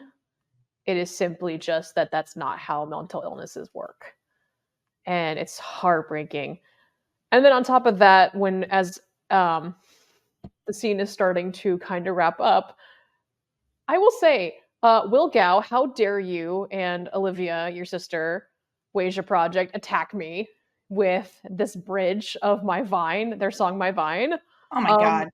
I did Woo! not ask to be attacked with Assaulted. this music today. No. Why I would think you that, assault me with poetry? God damn like, you. so it's like I got like so teary with Kit's acting, with like saying I really love him and I'm scared. But what made me start sobbing was the music. because it's just so beautifully timed, it's so beautifully done, and it really encapsulates the feeling. Yes. Uh, Again, like, this is why we don't hydrate. Oh, we forgot to hydrate for this. Hydrate for this episode is at the end. This is why we forego the hydration for Lesbian Jesus Scale, because this show is utterly perfect. And like you said, even with the changes because of filming schedules and things like that, this was such a huge. This is my favorite moment in all of Heartstopper, I would say, because again, Alice really took the time with this whole story to really harp to really like pull the curtains back from the Disney propaganda that you just need love and all your problems are solved. And Alice is like, no, that's not real life. Like, it doesn't, it can enhance your life, but it doesn't solve literally all your problems. So to have this line of love can't solve a mental illness is perfect. Cause like sometimes problems are bigger than just I love you. Like sometimes you need extra help. And I love how this scene fully encapsulates how at the end of the day, Nick is just a kid who's in over his head. And so is Charlie, but like this is Nick's time to shine. He's terrified of watching his boyfriend just wither away, or worse, like because he's not there to check up on him. And so it's just like that hopelessness, helplessness, that feeling you mentioned, Alayna. Like that's literally the scene coming from a young 16-year-old boy who's just like scared. And I love when he's having the conversation with his aunt and basically says, I can't force Charlie to eat. If I do nothing, he'll just, and then he like trails off. And that's when Kit starts crying as Nick, because it's that feeling of helplessness from like the supportive partner who feels like their support just isn't enough to save this person from like this horrible fate that they see happening. And I love that his aunt responds with, sometimes people need more help than one person can give. It's so true. Like, especially in medicine, like you can Google stuff all you want, but like it doesn't make you a doctor. You might need somebody who specializes beyond what Google can do, who is trained. Like, and she says that in the scene, he probably needs a specialist who's trained in this, who knows how to help him, because Charlie's gonna be fighting his brain, and that's really difficult to do. And we see him struggle with that just on its own, and like to try to fix it when you are not trained in like how your brain's working, or like tools that you can do. Like sometimes you need help, and like to have your 16-year-old partner who also doesn't know what to do, like that's very scary. And so I like this message of like it takes a village. Sometimes it does take a village to help one person, and like it's more than just love. Sometimes you need expertise, time. But love can be a really important thing, because we saw with the scene with Isaac just being there. Charlie smiled for probably the first time in a week since Nick's been gone. Like it does help. It does help people get through stuff, but like you need more than that to like help people sometimes. It's one tool in the toolbox. It's not the magic wand that fix everything. Unfortunately, like that's not the world we lived in. If this was a fantasy novel or a fantasy story, maybe that would be like the magic wand solution. I love you, it's all gone, but sometimes it takes a lot more than that.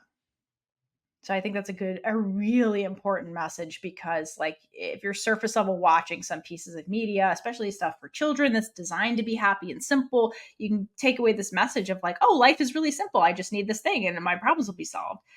And it's like life's more complicated. People are more complicated than that. And like that's okay. It's not bad. It's just that, sometimes it takes more tools, the toolbox to fix something. And then the very end of the scene or the show is there's like a couple of montages in there, and I want to give honorable mention to the montage of Darcy, who's with Tara and holding her hand, and she's looking at their phone. I'm sorry, I keep scanning. The character hasn't gone through the non-binary thing yet. I apologize.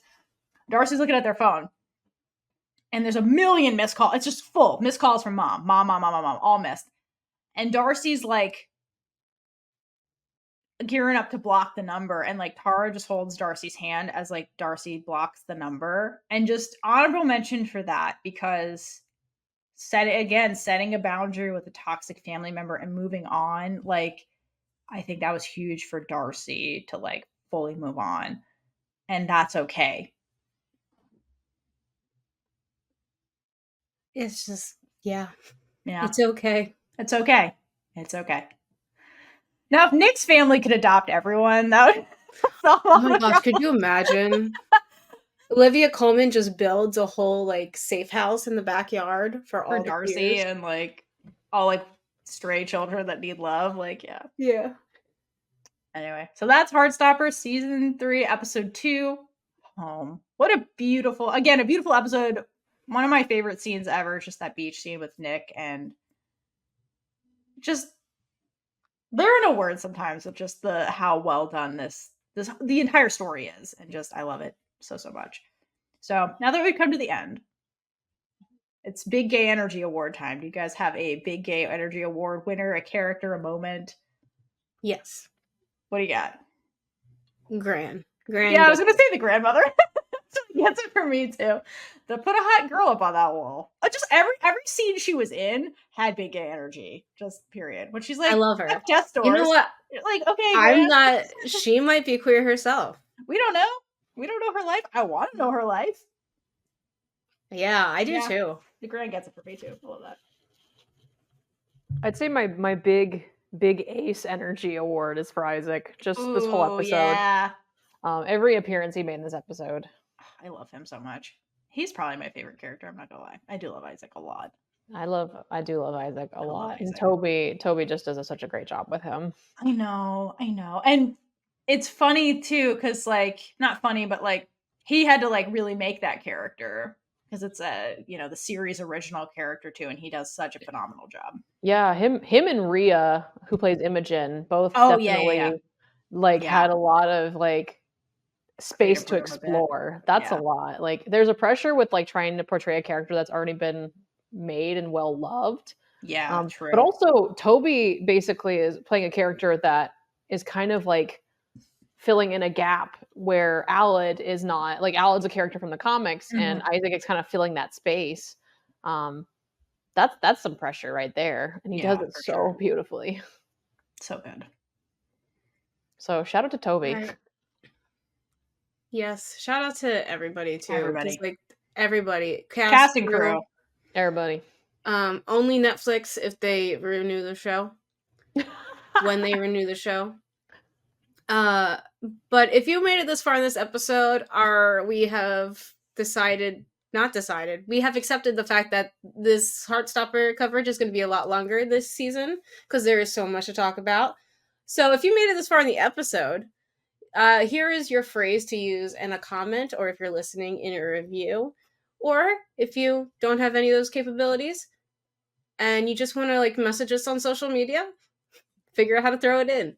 So today's word is technically a phrase, and because we talked about it quite a bit, it's emotional intelligence. That's a good one. Yeah, let us know.